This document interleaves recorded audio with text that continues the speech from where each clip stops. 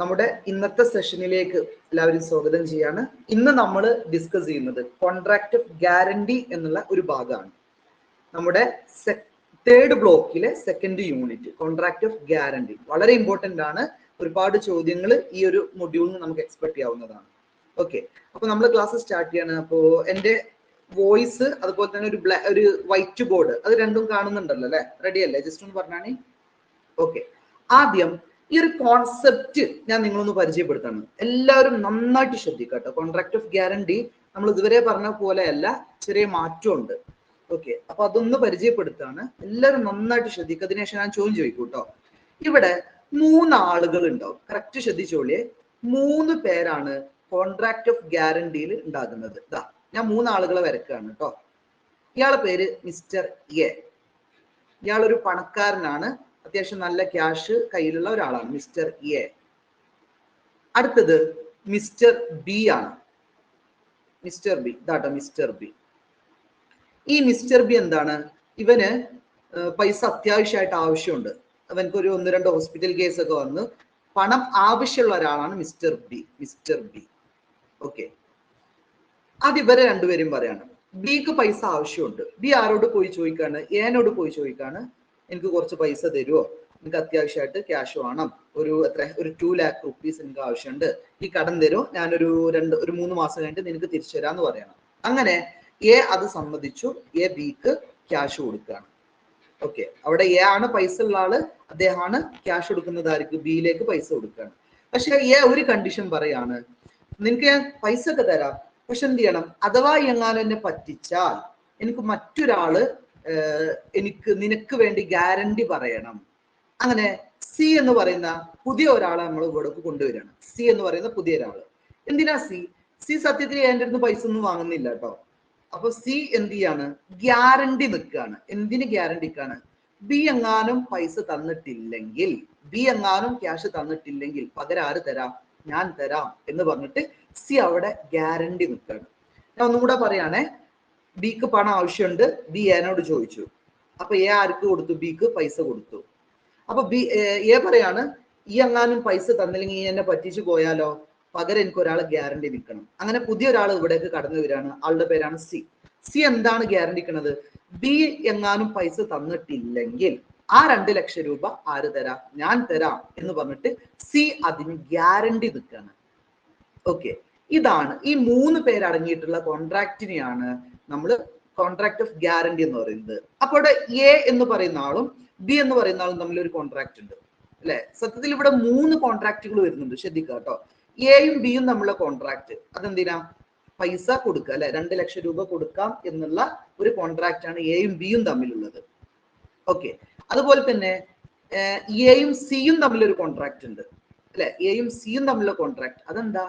B എങ്ങാനും പൈസ തന്നിട്ടില്ലെങ്കിൽ ആ പൈസ ആര് തരും? ഞാൻ തരുമെന്ന് പറഞ്ഞിട്ട് സി ഏറ്റെടുത്തിട്ടുണ്ട്. ഓക്കെ, അപ്പൊ രണ്ടാമത്തെ ഒരു കോൺട്രാക്ട് ആയി. അപ്പൊ ആദ്യം എയും ബിയും തമ്മിൽ ഒരു കോൺട്രാക്ട്. എന്താണ് ആ കോൺട്രാക്ട്? നിങ്ങൾ എനിക്ക് പൈസ തരണം എന്ന് പറഞ്ഞിട്ടുള്ള കോൺട്രാക്ട് അല്ലെ? 2 ലക്ഷം രൂപ എ ബിക്ക് കൊടുത്തു. ആ ഒരു കോൺട്രാക്ട് ഉണ്ട്. പിന്നെ എയും സിയും തമ്മിൽ ഒരു കോൺട്രാക്ട് ഉണ്ട്. എന്താണ് ആ കോൺട്രാക്ട്? അഥവാ ബി എങ്ങാനും പൈസ തന്നിട്ടില്ലെങ്കിൽ പകരം ആര് തരാം? ഞാൻ തരാം എന്ന് പറഞ്ഞിട്ട്. അപ്പൊ സി ഒരു നല്ല മനുഷ്യനേക്കാരം അല്ലെ? അയാളത് ഏറ്റെടുക്കുകയാണ്. അഥവാ ബിക്ക് എന്തെങ്കിലും ഡിഫോൾട്ട് വന്നാൽ അത് ഞാൻ ചെയ്തോളാം എന്ന് പറഞ്ഞിട്ട് സി ഏറ്റെടുക്കുകയാണ്. അപ്പോൾ അവിടെ എയും സിയും തമ്മിൽ ഒരു കോൺട്രാക്ട് ഉണ്ടാവുകയാണ്. ഓക്കെ, അപ്പോ ഈ ഒരു കോൺട്രാക്റ്റിനെയാണ് നമ്മൾ കോൺട്രാക്ട് ഓഫ് ഗ്യാരണ്ടി എന്ന് പറയുന്നത്. യെസ്, ഇനി അതില് ശ്രദ്ധിച്ചോളി. എക്ക് പറയുന്ന പേര് കറക്റ്റ് ശ്രദ്ധിച്ചോളി കേട്ടോ. ക്രെഡിറ്റർ എന്നാണ്. ക്രെഡിറ്റർ ആരാണോ പൈസ കൊടുക്കുന്ന ആള് അല്ലെ? ആരാണോ ആ ഒരു മുതലാളിയായിട്ട് വരുന്നത്, പൈസ കടം കൊടുക്കുന്ന ആള് അല്ലെ? അയാളെ വിളിക്കുന്ന പേരാണ് ക്രെഡിറ്റർ. ഈ കേസിൽ എ എന്ന് പറയുന്നത് ക്രെഡിറ്റർ ആണ്. ബി എന്ന് പറയുന്ന ആൾക്ക് നമ്മൾ പറയുന്ന പേര് പ്രിൻസിപ്പൽ ഡെപ്റ്റ് എന്നാണ്. ഡെപ്റ്റ് കടം വാങ്ങിയ ആള്. Okay, principal ഡെപ്റ്റ്. ബിനെ പറയുന്ന പേര് പ്രിൻസിപ്പൽ ഡെപ്റ്റ് കേട്ടോ. കടം വാങ്ങിയ ആള് പ്രിൻസിപ്പൽ ഡെപ്റ്റ്. ഓർത്ത് വെക്കണേ. സി എന്ന് പറയുന്ന ആൾ നമ്മൾ വിളിക്കുന്ന പേര് ഷുവർട്ടി എന്നാണ്. ഷുവർട്ടി. ഷുവർട്ടി. ഷുവർട്ടി എന്ന് പറഞ്ഞാൽ ആ വാക്ക് തന്നെ ഉണ്ട്. ഇയാൾ ഷുവർ ചെയ്യാണ്, ഉറപ്പ് തരാണ്. എന്തിന്? അഥവാ ബി എങ്ങാനും ഡിഫോൾട്ട് വരുത്തിയാൽ ഞാൻ തരാം എന്ന് പറഞ്ഞിട്ട് സി ഒരു ഷുവർട്ടി വെക്കാണ്, ഒരു ഷുവർ വെക്കുകയാണ്. ഓക്കെ, ഈ 3 ആളുകൾ തമ്മിലുള്ള കോൺട്രാക്റ്റിനെയാണ് കോൺട്രാക്ട് ഓഫ് ഗ്യാരണ്ടി എന്ന് പറയുന്നത്. ആ കോൺസെപ്റ്റ് ചെറിയൊരു ഐഡിയ കിട്ടിയോ? ഒന്ന് കമന്റ് ചെയ്താണ്. ഓക്കെ ആണ് അല്ലെ? അങ്ങനെയാണെങ്കിൽ ഞാൻ നിങ്ങളോട് ചോദിക്കാണ്, നിങ്ങൾ പറയണം കേട്ടോ. ഞാൻ വേറൊരു കേസ് പറയണേ. ഷുവർ ഒന്നും കൂടെ മനസ്സിലാക്കാം കേട്ടോ. ഇവിടെ എയും ബിയും തമ്മിൽ ഒരു കോൺട്രാക്ട് ഉണ്ടാക്കുകയാണ്. അതായത് ബിക്ക് കുറച്ച് പണം ആവശ്യമാണ്, ബിക്ക് കുറച്ച് പൈസ ആവശ്യമാണ്. ബി ആരോട് പോയി ചോദിക്കാണ്? എനോട്, എ എന്ന ആളോട് പോയി ചോദിക്കാണ്, നീ എനിക്ക് 2 ലക്ഷം രൂപ തരാമോ? ഓക്കെ, അപ്പൊ അവിടെ എയും ബിയും തമ്മിൽ ഒരു കോൺട്രാക്ട് ഉണ്ടാവുന്നുണ്ട്. അപ്പൊ എ സമ്മതിച്ചു, ആ 2 ലക്ഷം രൂപ എ ബിക്ക് കൊടുത്തു. ഇനി അവിടെ പുതിയൊരാളെ കൊണ്ടുവരാണ്. ആര്? ബി കൊണ്ടുവരാണ്. അയാളുടെ പേരാണ് സി എന്ന് പറയുന്നത്. ഈ സി പറയാണ്, സി ആരോടാ പറയാ? എന്നോടാ പറയാ കേട്ടോ. എങ്ങാനും ബി പൈസ തന്നിട്ടില്ലെങ്കിൽ അവന് പകരം ഞാൻ ഗ്യാരണ്ടി നിൽക്കാം. ആർക്ക് പകരം? ബിക്ക് പകരം. ബി എങ്ങാനും എക്ക് പൈസ തിരിച്ചു കൊടുത്തിട്ടില്ലെങ്കിൽ പകരം ആര് കൊടുക്കും? ഇവിടെ സി കൊടുക്കും. സി അത് ഏറ്റെടുക്കുകയാണ്. അതെന്തിനാ ഏറ്റെടുക്കണം? എക്കൊരു ഉറപ്പിന് വേണ്ടിയിട്ട് അല്ലെ? എക്കൊരു ഉറപ്പിന് വേണ്ടിയിട്ടാണ് സി അവിടെ ഗ്യാരണ്ടി നിൽക്കുന്നത്. അഥവാ ബി എങ്ങാനും മുങ്ങിയാല്, അല്ലെ ബിക്ക് എന്തെങ്കിലും പ്രശ്നം വന്നാൽ, അല്ലെ ബിക്ക് പൈസ തിരിച്ചു കൊടുക്കാൻ പറ്റിയില്ലെങ്കിൽ അത് ആര് കൊടുക്കേണ്ടി വരും? ആ 2 ലക്ഷം രൂപ സി കൊടുക്കേണ്ടി വരും. ഓക്കെ, അങ്ങനെ സി ഗ്യാരണ്ടി നിൽക്കണം. അപ്പൊ മിക്കവാറും സി ആയിരിക്കും അറിയോ? ബീന്റെ ഏറ്റവും അടുത്ത ഒരാളായിരിക്കും അല്ലെ? ബീന്റെ സുഹൃത്തേക്കാരം, അല്ലെ ബീനെ ഏറ്റവും അടുത്തറിയുന്ന ആളായിരിക്കും. അല്ലെങ്കിൽ അറിയാത്ത ഒരാൾക്ക് പകരം ആരും എന്ത് ചെയ്യില്ല, പോയിട്ട് ഗ്യാരണ്ടി നിൽക്കൂലല്ലോ. അപ്പൊ ബി ആരെ കൊണ്ടുവരാണ്? സീനെ കൊണ്ടുവരാണ്. എന്തിനു വേണ്ടിയിട്ട്? ബി എങ്ങാനും പൈസ തിരിച്ചു കൊടുക്കാൻ വിട്ടുപോയാൽ പകരം ആര് കൊടുക്കും? സി കൊടുക്കും എന്ന് പറഞ്ഞിട്ട് സി അതിൽ ഗ്യാരണ്ടി നിൽക്കുകയാണ്. അങ്ങനെ 3 പേരാണ് ഈ ഒരു കോൺട്രാക്റ്റിൽ പാർട്ടിസിപ്പേറ്റ് ചെയ്യുന്നത്. അപ്പൊ ഇതില് എനെ വിളിക്കുന്ന പേര് ക്രെഡിറ്റർ, അഥവാ പൈസ കൊടുത്ത ആള് അല്ലെ, കടം കൊടുത്ത ആള്, ക്രെഡിറ്റർ എന്നാണ് എന്റെ പേര് പറയാ. ബി ആണ് ശരിക്കും പണം തിരിച്ചു കൊടുക്കേണ്ട ആള് അല്ലെ, അവനെ വിളിക്കുന്ന പേരാണ് പ്രിൻസിപ്പൽ ഡെപ്റ്റ് എന്നാണ് ബീനെ പറയുന്ന പേര്. ഇനി ബിക്ക് പകരം ഗ്യാരണ്ടി നിൽക്കുന്നത് ആരാണ്? സി ആണ്. അപ്പൊ സീനെ വിളിക്കുന്ന പേരാണ് ഷുവർട്ടി എന്നാണ്, ഷുവർട്ടി. അപ്പൊ ബി എങ്ങാനും പൈസയിൽ ഡിഫോൾട്ട് വരുത്തിയാൽ, ബി എങ്ങാനും പൈസ എക്ക് തിരിച്ചു കൊടുത്തില്ലെങ്കിൽ പകരം ആര് കൊടുക്കും? അത് സി കൊടുക്കും. അങ്ങനെ ഒരു ഗ്യാരണ്ടി നിൽക്കുന്ന ആളെയാണ് നമ്മൾ ഷുവർട്ടി എന്ന് പറയുന്നത്. ഓക്കെ, സത്യത്തിൽ ഇവിടെ ഒരു ബെനിഫിറ്റും ഇല്ലാത്ത ഒരാളാരാണ്? സി ആണ് അല്ലെ? സിക്ക് ഒരു മെച്ചമില്ല. ഈ കോൺട്രാക്റ്റുമായി ബന്ധപ്പെട്ട് ഒരു മെച്ചമില്ലാത്ത ഒരാളാണ് ആര്? സി എന്ന് പറയുന്നത് അല്ലെ? എക്ക് എന്താ മെച്ചം? പൈസ കൊടുത്താൽ തിരിച്ചെന്ത് ചെയ്യും? ആ പൈസ തിരിച്ചു കിട്ടും. അതിന്റെ ഒപ്പം ചിലപ്പോൾ അതിന്റെ ഇൻട്രസ്റ്റും കൂടെ ഉണ്ടാവും. ബിക്ക് എന്താ ബെനിഫിറ്റ്? ബിക്ക് പൈസ കിട്ടുന്നുണ്ട് അല്ലെ? അയാളുടെ ഹോസ്പിറ്റൽ കേസിന് വേണ്ടിയിട്ട്, അല്ലെ അത്യാവശ്യത്തിന് വേണ്ടിയിട്ട് ബിക്ക് പൈസ കിട്ടുന്നുണ്ട്. സത്യത്തിൽ സിക്ക് ഒന്നും കിട്ടണില്ല അവിടെ അല്ലെ? സി ഒരു റിലേഷന്റെ ബേസിൽ അല്ലെ, അല്ലെങ്കിൽ ഒരു ഹെൽപ്പിംഗ് മെന്റാലിറ്റിയോട് കൂടെ അവിടെ നിൽക്കുകയാണ്. കാരണം ബി എങ്ങാനും കൊടുത്തില്ലെങ്കിൽ അയാളുടെ തലയിൽ വീഴും. ബി കൊടുത്ത പ്രശ്നമൊന്നുമില്ല, ബി കൊടുത്തില്ലെങ്കിൽ ആരെ തലയിൽ വീഴും? സിയുടെ തലയിൽ അത് വീഴും. പിന്നെ സി ആയിരിക്കും ആർക്ക് കൊടുക്കേണ്ടി വരിക? എക്ക് തിരിച്ചു കൊടുക്കേണ്ടി വരിക. ഇത് സത്യത്തിൽ നമ്മളെ ഒരു പോലീസ് കേസ് എടുത്ത് നോക്കി നിങ്ങള്, ജാമ്യം നിൽക്കുക എന്നുള്ള പരിപാടി ഉണ്ട് അല്ലെ? അതായത് ഇപ്പൊ ഞാൻ ഒരാൾക്ക് വേണ്ടിയിട്ട്, ഇപ്പൊ എന്റെ ഒരു സുഹൃത്ത് ഏതെങ്കിലും ഒരു കേസിൽ പെട്ടെന്ന് വെച്ചോളി, ഞാൻ അവനക്ക് വേണ്ടി ജാമ്യം നിന്നു. ഓക്കെ, ഒരു 25,000 രൂപ ജാമ്യം നിന്നു. ഇനി ഞാൻ എന്റെ സുഹൃത്ത് മുങ്ങിയാൽ ആ പൈസ ആര് കൊടുക്കണം? ജാമ്യം നിന്ന ആളായിട്ടുള്ള ഞാൻ കൊടുക്കണം അല്ലെ? ഇനി അവനോട് കോടതിയിൽ ഹാജരാകാൻ പറഞ്ഞു, അവന് ഹാജരായില്ല, അവന് മുങ്ങി. അങ്ങനെയാണെങ്കിൽ അവനക്ക് പകരം ആര് ഹാജരാകേണ്ടി വരും? ഞാന് ഹാജരാകേണ്ടി വരും അല്ലെ? ആ പരിപാടിയാണ് ശരിക്കും സി ചെയ്യുന്നത്. ഷുവർട്ടി അഥവാ ജാമ്യം നിൽക്കുക അല്ലെ? അതാണ് നമ്മൾ ഗ്യാരണ്ടി നിൽക്കുക എന്നൊക്കെ പറയുന്നത്. ബി എങ്ങാനും കൊടുക്കാതിരുന്നാൽ ആര് കൊടുക്കണം? യെസ്, സി കൊടുക്കണം. യെസ്, നമ്മൾ ഉഷാമയും പറഞ്ഞ പോലെ തന്നെ ജാമ്യം നിൽക്കുക, ഈട് നിൽക്കുക എന്നൊക്കെ അതിന് നമുക്ക് മലയാളത്തിൽ പറയാൻ പറ്റും. ഓക്കെ, അങ്ങനെയാണെങ്കിൽ അടുത്ത ചോദ്യങ്ങളോട് ചോദിക്കുകയാണെ. വേറൊരു കേസ് പറയാണ് കേട്ടോ. ശ്രദ്ധിച്ചോളി. ഈ കേസിൽ ഓരോരുത്തരും നിങ്ങൾ പറഞ്ഞ, ഞാൻ ചോദിക്കുന്ന ആള് പറയണം കേട്ടോ. എന്റെ ചോദ്യം ഇതാണേ. ഇപ്പോ മിസ്റ്റർ എന്ന് പറഞ്ഞാൽ ഞാൻ തന്നെയാണ് കേട്ടോ, നിയാഫ്. എനിക്കൊരു വീട് വേണം, ഒരു വീട് റെന്റിന് വേണം. അപ്പൊ ഞാൻ ആരടുത്തുനിന്ന് വാങ്ങാണ്? മിസ്റ്റർ എക്സിന്റെ അടുത്ത് വീട്, എക്സ് വീടൊക്കെ ഉണ്ടാക്കി വിൽക്കുന്ന ഒരു കോൺട്രാക്ടർ ആണെന്ന് വെച്ചോളി. എക്സിന്റെ അടുത്ത് വീടുണ്ട്. അപ്പൊ ഞാൻ എന്ത് ചെയ്യാണ്? എക്സിന്റെ കയ്യിൽ നിന്ന് വീട് വാടകയ്ക്ക് വാങ്ങാണ്. ഓക്കെ, അപ്പൊ എക്സിനോട് പറയാണ് എല്ലാ മാസം എനിക്ക് 5,000 രൂപ ഈ റെന്റായിട്ട് തരണം എന്ന് പറയണം. അപ്പൊ എക്സിന്റെ അടുത്ത് നിന്ന് ഞാന് അഥവാ നിയാഫ് വീട് വാടകയ്ക്ക് വാങ്ങി എല്ലാ മാസം 5,000 രൂപ റെന്റ് കൊടുക്കാം എന്ന് ഏറ്റു. റെന്റാണ് കേട്ടോ, റെന്റിന് വാങ്ങാണ്. അപ്പൊ അവിടെ എക്സ് പറയാണ്, അന്നെ എനിക്ക് വിശ്വാസമല്ല, ഈ എന്ത് ചെയ്യണം? ഒരാളെ ഗ്യാരണ്ടി ആയിട്ട് കൊണ്ടുവരണം, എനിക്ക് വിശ്വാസമുള്ള ഒരാളെ ഗ്യാരണ്ടി ആയിട്ട് കൊണ്ടുവരണം. അപ്പൊ ഞാൻ എന്ത് ചെയ്യാണ്? ഹസീലിനേറ്റ് വരികയാണ്. ഹസീലിനായിട്ട് വരികയാണ്. ഇതാ ഹസീൽ, മൂന്നാമത്തെ ആളോട് വരികയാണ് ഹസീൽ. ഹസീൽ എന്റെ സുഹൃത്താണ്, എന്നെ അറിയുന്ന ആളാണ്, ഞങ്ങൾ തമ്മിൽ നല്ല കമ്പനിയാണ്. അപ്പൊ ഹസീൽ ഏറ്റെടുക്കാണ് എന്ത്, നിയാഫ് എങ്ങാനും പൈസ തന്നിട്ടില്ലെങ്കിൽ, എന്നെങ്ങാനും പൈസ തന്നിട്ടില്ലെങ്കിൽ, ഏത് ഈ 5000 രൂപ എല്ലാ മാസം ഉണ്ട് കേട്ടോ, ഇതെല്ലാ മാസം 5000 കൊടുക്കണേ, ഒരു തവണ അല്ല, എല്ലാ മാസം 5000 കൊടുക്കണം അല്ലെ. അപ്പൊ ഈ 5000 എങ്ങാനും നിയാഫ് തന്നിട്ടില്ലെങ്കിൽ പകരം ആര് തരാം, ഞാൻ തരാം എന്ന് പറഞ്ഞിട്ട് ഹസീൽ എനിക്ക് വേണ്ടി അല്ലെ, നിയാഫിന് വേണ്ടിയിട്ട് ഇവിടെ ജാമ്യം നിൽക്കുകയാണ്. ഓക്കെ, അപ്പൊ എക്സിന് വിശ്വാസമായി, പ്രശ്നമൊന്നുമില്ല. ഇനി അഥവാ നിയാഫ് തന്നിട്ടില്ലെങ്കിൽ ആര് തരും, എനിക്ക് ഹസീൽ തരും, അതുകൊണ്ട് ഓക്കെ ഞാൻ സമ്മതിച്ചു എന്ന് പറഞ്ഞിട്ട് ഇവിടെ ഈ കോൺട്രാക്ട് പൂർത്തീകരിക്കുക. ഒന്നും കൂടെ പറയാണ്, എക്സിന്റെ വീട് എനിക്ക് തരികയാണ്, വാടകക്ക് തരികയാണ്. ഞാൻ ആ വീട് ഏറ്റെടുത്തു, 5000 രൂപ മാസം റെന്റ് കൊടുക്കാം എന്ന് ഏറ്റു. കൂട്ടത്തിൽ ഞാൻ ആരെയും കൂടെ കൊണ്ടുവരികയാണ്, ഹസീലിനും കൂടെ ഈ ഒരു കേസിലേക്ക് കൊണ്ടുവരികയാണ്. എന്തിനാ ഹസീലിനെ കൊണ്ടുവരുന്നത്, ഹസീലിനോട് പറയാണ്, അഥവാ ഞാനെങ്ങാനും 5000 രൂപ കൊടുക്കാൻ വിട്ടുപോയാൽ, ഡിഫോൾട്ട് വന്നാൽ, എന്തെങ്കിലും പ്രശ്നം വന്നാൽ അത് ആര് ഏറ്റെടുക്കും, ഹസീൽ ഏറ്റെടുക്കും.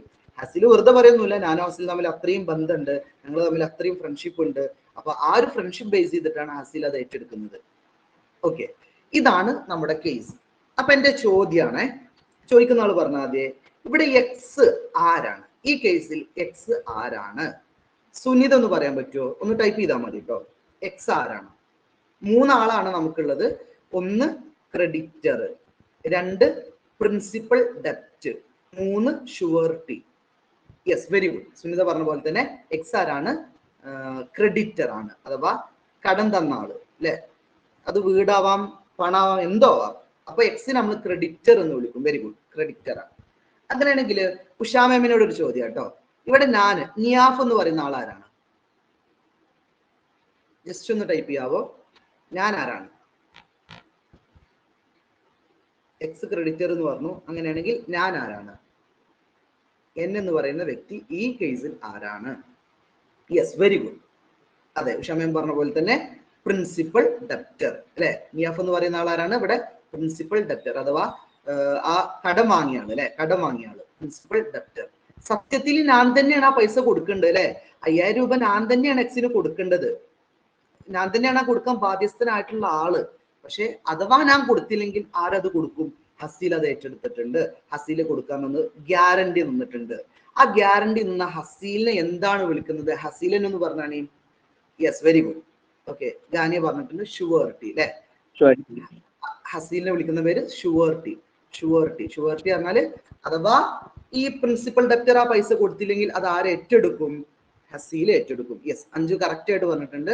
ക്രെഡിറ്റർ എക്സ് ആണ്, പ്രിൻസിപ്പൽ ഡെപ്റ്റർ നിയാഫ് ആണ്, ഹസീൽ ആരാണ്? ഷുവർട്ടി ആണ്.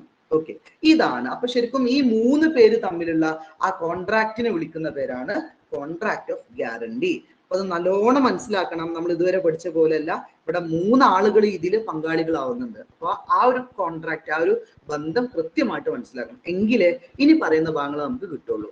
റെഡി അല്ലേ? ഈ ഒരു കോൺസെപ്റ്റ് കിട്ടിയില്ലേ? ഷുവർട്ടി ആരാണ്, പ്രിൻസിപ്പൽ ഡെപ്റ്റർ ആരാണ്, ക്രെഡിറ്റർ ആരാണ്? ഓക്കെ അല്ലേ? ജസ്റ്റ് ഒന്ന് കമന്റ് ചെയ്താണ്. Okay, set. ഓക്കെ, ഇനി നമുക്ക് ചാപ്റ്ററിലേക്ക് പോവാം. അപ്പൊ നമ്മൾ ചാപ്റ്റർ പറഞ്ഞിട്ടില്ല, ഇത് ഞാൻ ജസ്റ്റ് ആ കോൺസെപ്റ്റ് മാത്രമേ പറഞ്ഞിട്ടുള്ളൂ. ഇനി ചാപ്റ്ററിലേക്ക് കയറാം. ഓക്കെ, ഞാൻ ഇനി എന്റെ സ്ക്രീൻ ഒന്ന് ഷെയർ ചെയ്യുന്നുണ്ട്.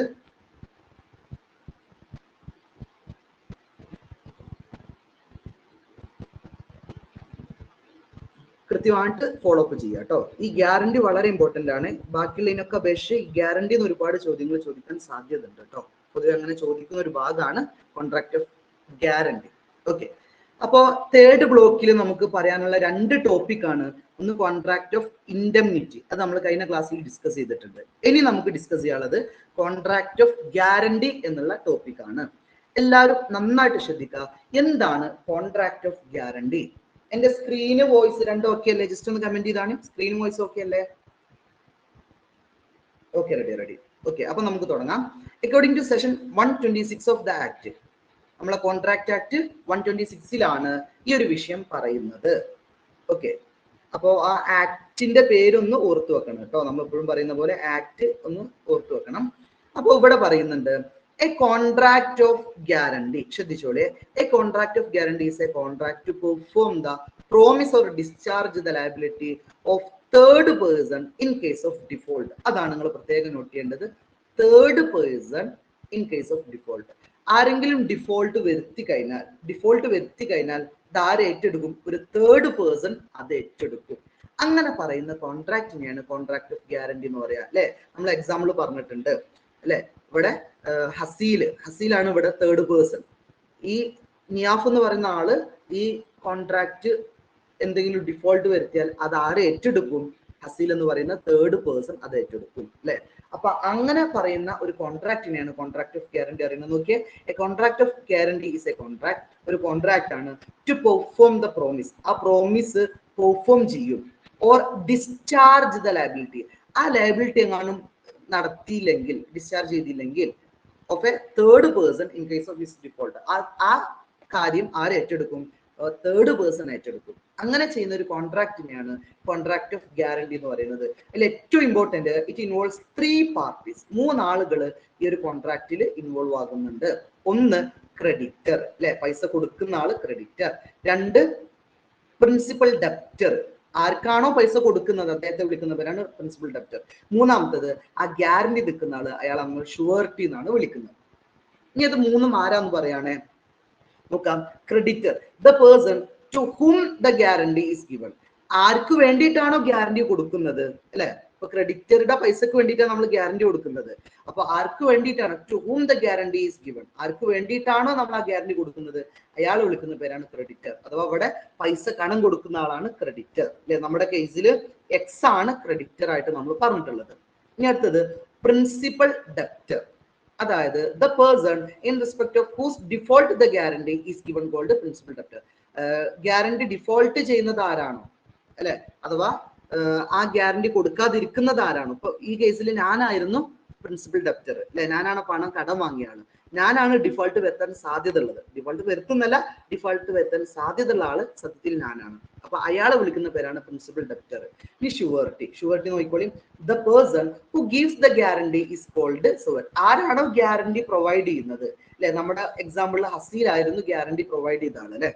അഥവാ ഞാൻ എങ്ങാനും പൈസ തന്നിട്ടില്ലെങ്കിൽ അത് ആരെ ഏറ്റെടുക്കും? ഹസീൽ ഏറ്റെടുക്കും എന്ന് പറഞ്ഞ് അവന് ആ ഗ്യാരണ്ടി കൊടുത്തിട്ടുണ്ട്. അപ്പോൾ ആ ഹസീലിനെ വിളിക്കുന്ന പേരാണ് ഷുവർട്ടി. ഈ 3 ആളുകളെ കൃത്യമായിട്ട് മനസ്സിലാക്കുക കേട്ടോ. ഇത് നിങ്ങൾ എക്സാമിന് ചോദിക്കുകയാണെങ്കിലേ നമ്മൾ പറഞ്ഞ എക്സാമ്പിൾ വെച്ചിട്ട് പറയാം. XYZ എന്ന് പറഞ്ഞിട്ട് ഒരു 3 ആളുണ്ടാവും.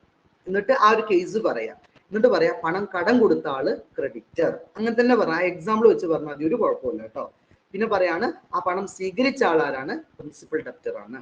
ഇനി ഈ പ്രിൻസിപ്പൽ ഡെപ്റ്റർ പണം കൊടുത്തില്ലെങ്കിൽ അത് ഏറ്റെടുത്തു, ഞാൻ ഏറ്റെടുക്കാമെന്ന് പറഞ്ഞ ഗ്യാരണ്ടി നിന്ന ആൾക്കാണ് എന്ത് പറയാ? ഷുവർട്ടി എന്ന് പറയാ. അപ്പൊ ആ 3 ആളുകൾ എഴുതിയില്ലെങ്കിലും കുഴപ്പമില്ലേ? പറഞ്ഞോളി. ഡെഫിനിഷൻ എഴുതിയില്ലെങ്കിലും കുഴപ്പമില്ലേ? ഇങ്ങനെ എക്സാമ്പിൾ പറഞ്ഞുകൊണ്ട് ഒരു കുഴപ്പമില്ല. ഈ നോട്ടിൽ തന്നെ അതുപോലെ എഴുതണമെന്ന് ഒരു നിർബന്ധമല്ല. ആ കോൺസെപ്റ്റ് കിട്ടണം എന്നുള്ളതാണ്. അപ്പൊ നിങ്ങൾ എന്ത് ചെയ്താൽ മതി, ആ ഒരു എക്സാമ്പിൾ എഴുതുക. ABC എന്നിട്ട് പറയാം A give to some money to B for debt. The B receive that amount of money. Then the third person who is C is entitled to this contract. The default of Mr. B, he will pay that amount. അപ്പോൾ B default ചെയ്താൽ ആര് കൊടുക്കും? C എന്നുള്ള ഒരാള് ആ amount കൊടുക്കും. ഈ ഒരു കേസ് പറയാം. എന്നിട്ട് താഴെ കൊടുക്കുക. In this case the a is called creditor, he give the money. മതി. വീണ്ടും എഴുതുക. In this case the b is principal debtor, he receive the money. Then വീണ്ടും എഴുതുക. In this case c is the surety, he will guaranteed for principal's debtor's money. അല്ലെ, principal ഡെപ്റ്റർക്ക് വേണ്ടിയിട്ട് guarantee നിന്നു. അങ്ങനെ എഴുതിയാൽ മതി, ഒരു കുഴപ്പമില്ല കേട്ടോ. അപ്പൊ എക്സാമ്പിൾ വെച്ചിട്ട് എഴുതാണ് ഇത് ഒന്നും കൂടെ നല്ലത് എനിക്ക് തോന്നുന്നത് അല്ലെ. നമ്മൾ ഈ ഡെഫിനേഷൻ പഠിക്കുമ്പോൾ ചെറിയ ബുദ്ധിമുട്ട് തോന്നുന്നുണ്ട്, കൺഫ്യൂഷൻ വരും. അപ്പൊ ഈ ഒരു കേസ് പറഞ്ഞിട്ട് ആ കേസ് വെച്ചിട്ട് എന്ത് ചെയ്യാം, അങ്ങനെ എഴുതിയാൽ മതി. യെസ്, അങ്ങനെ എന്ത് ചെയ്യാം, നിങ്ങൾക്ക് മലയാളത്തിൽ വേണമെങ്കിൽ എഴുതാൻ പറ്റും, കുഴപ്പമില്ല. ആ ഒരു ഉദാഹരണം എന്ത് ചെയ്യാം, മലയാളത്തിൽ കൊടുക്കുക, എന്നിട്ട് അത് വെച്ചിട്ട് എഴുതിയാൽ മതി. ഓക്കെ, അപ്പോ ഒരു കുഴപ്പമില്ല കേട്ടോ, അങ്ങനെ ചെയ്യാം കേട്ടോ. അപ്പൊ 3 ആളുകളെ നമുക്ക് ഐഡിയ കിട്ടി. ആ ചോദിച്ചോളൂ. മലയാളത്തിൽ എഴുതണമെന്നുണ്ടെങ്കിൽ എല്ലാ ക്വസ്റ്റ്യനും മലയാളത്തിൽ തന്നെ എഴുതാം, ക്വസ്റ്റ്യൻ ആൻസർ മലയാളത്തിൽ തന്നെ എഴുതണമെന്നുണ്ടോ? ഒരിക്കലും ഇല്ല കേട്ടോ. നിങ്ങൾക്ക് മംഗ്ലീഷിൽ എഴുതാം. അതായത് ഇപ്പൊ നിങ്ങൾ ഒന്നാമത്തെ ചോദ്യം നിങ്ങൾക്ക് മലയാളത്തിൽ അറിയാം, നിങ്ങൾ മലയാളത്തിൽ എഴുതി. സെക്കൻഡ് ചോദ്യം നിങ്ങൾക്ക് ഒന്നും കൂടി ഇംഗ്ലീഷ് കംഫർട്ട്, ഇംഗ്ലീഷിൽ എഴുതിക്കോളി. തേർഡ് ചോദ്യം മംഗ്ലീഷ് മീൻസ് മലയാളം ഇംഗ്ലീഷും കൂടെ മിക്സ് ആയിട്ട് എഴുതാം, അങ്ങനെ എഴുതാം, ഒരു കുഴപ്പമില്ല. അവിടെ ആൻസർ കറക്റ്റ് ആയാൽ മതി. കേട്ടോ. അപ്പൊ ഇനി മലയാളത്തിൽ എഴുതുന്ന ഒരു ഫുള്ള് മലയാളത്തിൽ എഴുതാം, അങ്ങനെ ഒരു സംഭവമേ ഇല്ല. ഇംഗ്ലീഷിൽ എഴുതുന്ന ഒരു ഫുള്ള് ഇംഗ്ലീഷിൽ എഴുതണം, അങ്ങനെയില്ല. ഇനിയിപ്പോ നിങ്ങൾക്ക് മിക്സ് ആയിട്ട് എഴുതാം, ഒരു ചോദ്യത്തിന്റെ ആൻസർ നിങ്ങൾക്ക് എന്ത് ചെയ്യാം, മലയാളം ഇംഗ്ലീഷിന്റെ മിക്സ് ആക്കിയിട്ട് എഴുതാം, അതിലൊന്നും കുഴപ്പമില്ല. ഇവിടെ ആൻസർ പേപ്പർ നോക്കുന്ന ആൾക്കാർ എന്തേ നോക്കുള്ളൂ, നിങ്ങൾ കറക്റ്റ് ആൻസർ എഴുതിയിട്ടുണ്ടോ എന്നുള്ളതേ നോക്കുള്ളൂ. ഓക്കെ, അത് നിങ്ങളെ കേസ് മാത്രാട്ടോ. ഈ സാധനം ഞാൻ ബികോമാർക്ക് എടുക്കുമ്പോൾ ഇതല്ല പറയാ. ഞങ്ങളെ ബികോമിന്റെ ഒക്കെ അവസ്ഥ എന്ന് വെച്ചാൽ മീൻ കാലിക്കറ്റ് യൂണിവേഴ്സിറ്റി കേട്ടോ, കാലിക്കറ്റ് യൂണിവേഴ്സിറ്റിയിൽ ഇപ്പൊ ഞാൻ വാല്യൂഷൻ കഴിഞ്ഞതാ. അവിടുത്തെ ഞങ്ങൾക്ക് കിട്ടിയ നിർദ്ദേശം, എങ്ങാനും മലയാളത്തിൽ എഴുതിയ ഒരു പേപ്പർ കണ്ടാൽ അത് വാല്യൂ ചെയ്യരുത് എന്നാണ് ഞങ്ങളുടെ നിർദ്ദേശം. നിങ്ങൾക്ക് കുഴപ്പമില്ല കേട്ടോ, കാലിക്കറ്റ് യൂണിവേഴ്സിറ്റിയിലെ പറ്റില്ല എന്നാണ് ഇവിടുത്തെ റൂള്. പോട്ടെ, ചുമ്മാ പറഞ്ഞാണ്. അപ്പോ നമുക്ക് മൂന്നാളെ നമ്മൾ പരിചയപ്പെട്ടു. യെസ്, ഉഷാ മാം പറഞ്ഞിട്ടുണ്ട് ഇംഗ്ലീഷ് മാത്രമേ പറ്റുള്ളൂ എന്നുള്ളത് കേട്ടോ. എനിക്ക് അതിൽ കൺഫ്യൂഷൻ ഉണ്ട്, ഞാനത് പറയുന്നില്ല കേട്ടോ. ഓക്കെ, രണ്ട് അഭിപ്രായം ഉണ്ട്.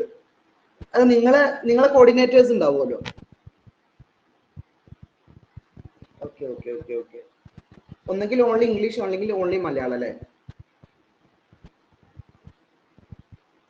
അങ്ങനെയാണ് ഞങ്ങളുടെ അടുത്ത് പറഞ്ഞിട്ടുണ്ടായിരുന്നത്.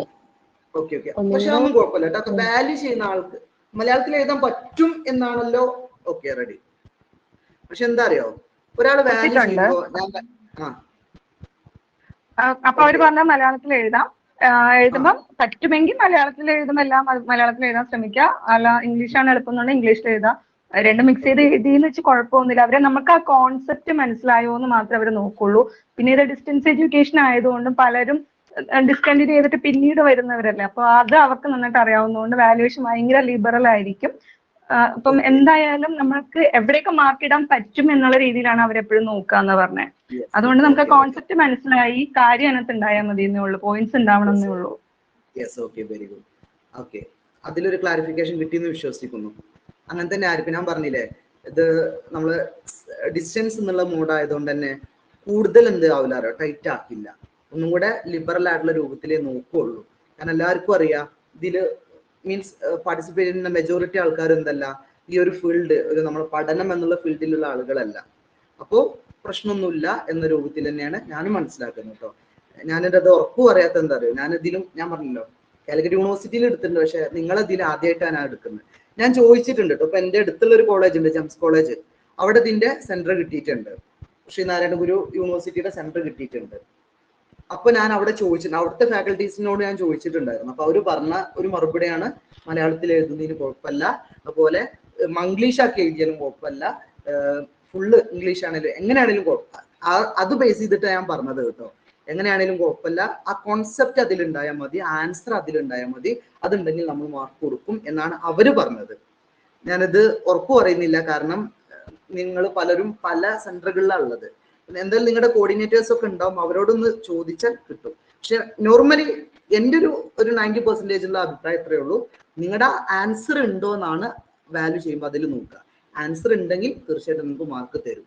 കാരണം ആ ഒരു മൈൻഡോട് കൂടെ ആയിരിക്കും ഇവിടെ വാല്യുവേഷൻ ഉണ്ടാവും. ഓക്കെ, പോട്ടെ. അപ്പൊ എന്തായാലും ഉഷാറായിട്ട് എല്ലാവരും എഴുതാൻ നന്നായിട്ട് പഠിക്കുക കേട്ടോ. ഇനി features of contract of guarantee, നമ്മൾ നമ്മുടെ ടോപ്പിക്കിലേക്ക് തന്നെ മടങ്ങി വരികയാണ്. നമ്മുടെ കോൺട്രാക്ട് ഓഫ് ഗ്യാരണ്ടി എന്താ നമ്മൾ പറഞ്ഞു, അതിലെ പാർട്ടിസിപ്പൻസ് ആരൊക്കെയെന്ന് നമ്മൾ പറഞ്ഞു അല്ലെ, ക്രെഡിറ്റർ, പ്രിൻസിപ്പൽ ഡെപ്റ്റ്, അതുപോലെ തന്നെ ഷുവർട്ടി. അതിന്റെ ഫീച്ചേഴ്സ് പറയാണ്. ഒന്ന്, ഫസ്റ്റത്തെ ഫീച്ചേഴ്സ് നമ്മൾ പറഞ്ഞ തന്നെ 3 പാർട്ടീസ് അതിലുണ്ടാവും അല്ലെ. അപ്പൊ അതിൽ കൺഫ്യൂഷൻ ഒന്നുമില്ല, ഷുവർട്ടി, അതുപോലെ ക്രെഡിറ്റർ, പ്രിൻസിപ്പൽ ഡെപ്റ്റർ, അങ്ങനെ 3 ആളുകൾ അതിൽ ഇൻവോൾവ് ആവും. പിന്നെ അടുത്തത് ഐഡന്റിറ്റി ഓഫ് മൈൻഡ്, 3 ആളുകളും കൃത്യമായിട്ട് അതിൽ അക്സെപ്റ്റ് ചെയ്തിരിക്കണം. ഫോർ എക്സാമ്പിൾ, ഇപ്പൊ 2 ലക്ഷം രൂപയാണ് ആര് കൊടുത്തുള്ളത്, ക്രെഡിറ്റർ ഡെപ്റ്റർ കൊടുത്തുള്ളത്. അപ്പൊ 2 ലക്ഷം രൂപ ഡെപ്റ്റർ സ്വീകരിച്ചതായിട്ട് മനസ്സിലാക്കണം. ഇനി ആ ഡെപ്റ്റർ എങ്ങാനും തിരിച്ചു കൊടുത്തില്ലെങ്കിൽ ഷുവർട്ടി എത്ര തന്നെയാണ് കൊടുക്കേണ്ടത്, ആ 2 ലക്ഷം രൂപ തന്നെയാണ് അവർക്ക് തിരിച്ചു കൊടുക്കുന്നത്. അപ്പൊ ഇവിടെ 3 ആളുകളും 2 ലക്ഷം എന്നതിൽ എന്ത് ചെയ്യുന്നുണ്ട്, ഐഡന്റിറ്റി ഓഫ് മൈൻഡ് ഉണ്ട് അല്ലെ. 3 ആളുകളും അത് അക്സെപ്റ്റ് ചെയ്തിട്ടുണ്ട്. അങ്ങനെ എന്തൊക്കെയാണോ നമ്മുടെ കോൺട്രാക്റ്റുമായി ബന്ധപ്പെട്ട കണ്ടീഷൻസ്, ആ കണ്ടീഷൻസ് ഒക്കെ 3 പേരും ഈക്വൽ ആയിട്ട് അത് അക്സെപ്റ്റ് ചെയ്തിരിക്കണം. അപ്പൊ സപ്പോസ് ഷുവർട്ടി പറയാണ്, 2 ലക്ഷം ഒന്നും എനിക്ക് സഹിക്കാൻ പറ്റൂല, ഒരു 50,000 വേണമെങ്കിൽ ഞാൻ സഹിക്കാം അല്ലെ, ഞാൻ ഗ്യാരണ്ടി നിൽക്കാം എന്ന് പറഞ്ഞാൽ ഈ കോൺട്രാക്ട് നടക്കില്ല അല്ലെ. കാരണം അവിടെ ഐഡന്റിറ്റി ഓഫ് മൈൻഡ് ഉണ്ടായിട്ടില്ല. ആർക്കും ഉണ്ടായിട്ടില്ല, ഷുവർട്ടിക്ക് ഉണ്ടായിട്ടില്ല. അപ്പം 3 പേരും, 3 പാർട്ടിസിപ്പൻസ് ആണുള്ളത്, 3 പേരും ഒരേ മൈൻഡോട് കൂടെ ആവണം ഈ കോൺട്രാക്റ്റിൽ ഏർപ്പെടുന്നത്. Third feature existence of liability. ഈ ലയബിലിറ്റി അവിടെ നിലനിൽക്കും. ഓക്കെ, ഏതുവരെ? ആ പണം തിരിച്ചു കൊടുക്കുന്നത് വരെ എന്ത് ചെയ്യും? ആ ലയബിലിറ്റി അവിടെ നിലനിൽക്കും. ആരുടെയൊക്കെ മേലില്? ഒന്ന് ഡെപ്റ്ററുടെ മേലിൽ തന്നെയാണ്, രണ്ട് ഷുവർട്ടിയുടെ മേലില്. എപ്പോഴാണോ ആ ഫണ്ട് തിരിച്ചു കൊടുക്കുന്നത്, അതോ ആ കൊടുത്തതിന് ശേഷം മാത്രമേ ആ ലയബിലിറ്റി അവിടെ അവസാനിക്കുന്നുള്ളൂ. അപ്പോൾ ലയബിലിറ്റി എക്സിസ്റ്റന്റ് ചെയ്യും എന്നുള്ളത്, അത് നിലനിൽക്കുമെന്നുള്ളത് ഇതിന്റെ അടുത്തൊരു ഫീച്ചറാണ്. ഇത് നാലാമത് പ്രൈമറി ആൻഡ് സെക്കൻഡറി ലയബിലിറ്റി. അത് നിങ്ങൾ പറയണം കേട്ടോ. ഞാൻ ചോദിക്കട്ടെ, ഇവിടെ രണ്ടാൾക്കാർ പൈസ കൊടുക്കാണ്ട്, രണ്ടാൾക്കാർ മീൻസ് ഒന്ന് ഡെപ്റ്ററും ഉണ്ട്, രണ്ട് ഷുവർട്ടി ഉണ്ട്. ഇതിൽ ആരെ മേലിലാണ് പ്രൈമറി ആയിട്ടുള്ള ലയബിലിറ്റി? പൈസ കൊടുക്കണം എന്നുള്ളത് യെസ് ഷുവർ, ഡെപ്റ്ററുടെ മുകളിലാണ് പ്രൈമറി ബാധ്യത ഉള്ളത് അല്ലെ. ഫസ്റ്റ് ബാധ്യത ആരുടെ മേല? ഡെപ്റ്റർ മേല. അതിൽ കൺഫ്യൂഷൻ ഒന്നുമില്ല. ഡെപ്റ്റർ കൊടുത്തില്ലെങ്കിൽ മാത്രമേ ആര് വരുള്ളൂ അവിടെ? ഷുവർട്ടി വരുള്ളൂ. അപ്പൊ ഷുവർട്ടിയുടെ മേൽ എന്താണ്? യെസ്, സെക്കൻഡറി ലയബിലിറ്റി ആണ്. അപ്പൊ അത് മനസ്സിലാക്കണം.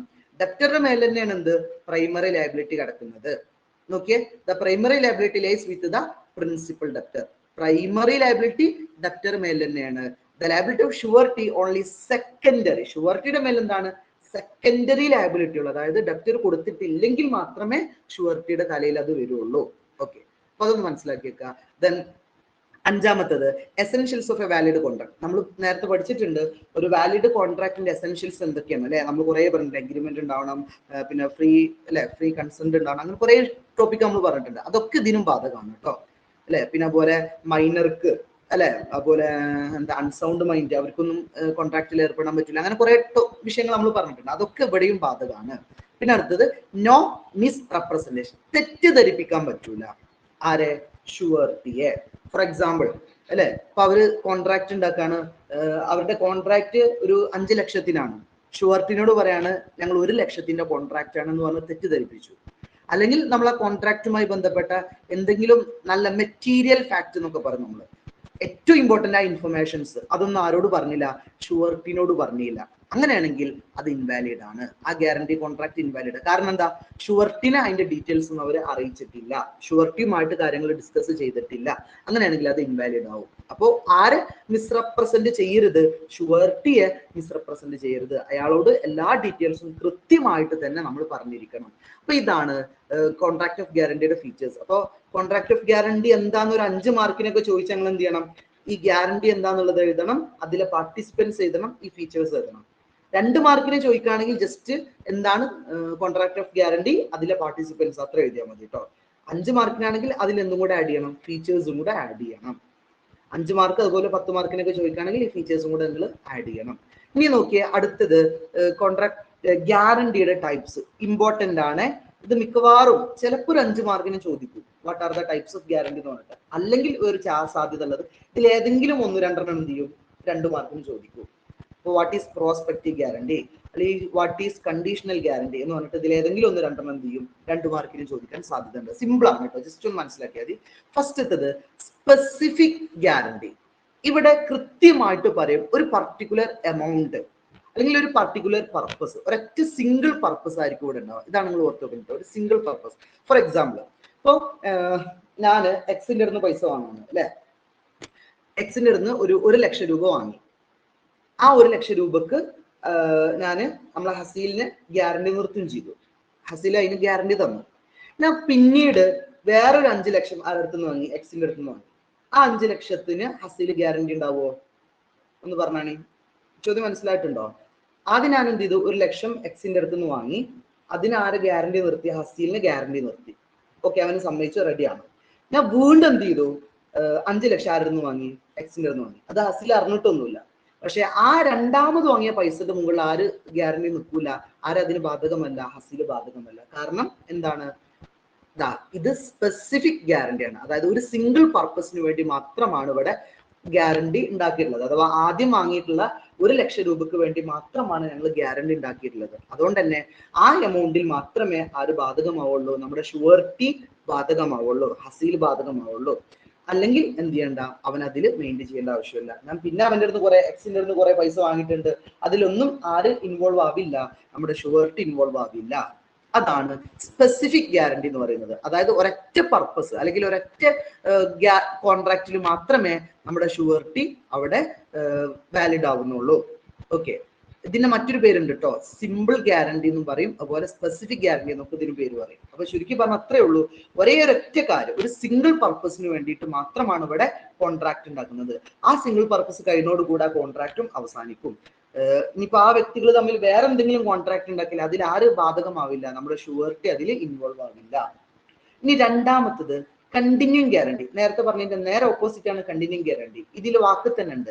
ഇവിടെ ഈ ഗ്യാരണ്ടി തുടർന്നു കൊണ്ടേയിരിക്കും, കുറെ കാലത്തേക്ക് തുടർന്നുകൊണ്ടിരിക്കും, അല്ലെങ്കിൽ ഒരുപാട് ടൈമിൽ തുടർന്നുകൊണ്ടിരിക്കും. ഫോർ എക്സാമ്പിൾ നോക്കി എല്ലാവരും ശ്രദ്ധിക്കുക കേട്ടോ, എക്സാമ്പിൾ ശ്രദ്ധിക്കുക. ഇപ്പൊ ഞാൻ ഒരു കച്ചവടക്കാരനാണ്, ഞാനൊരു സെല്ലറാണ്.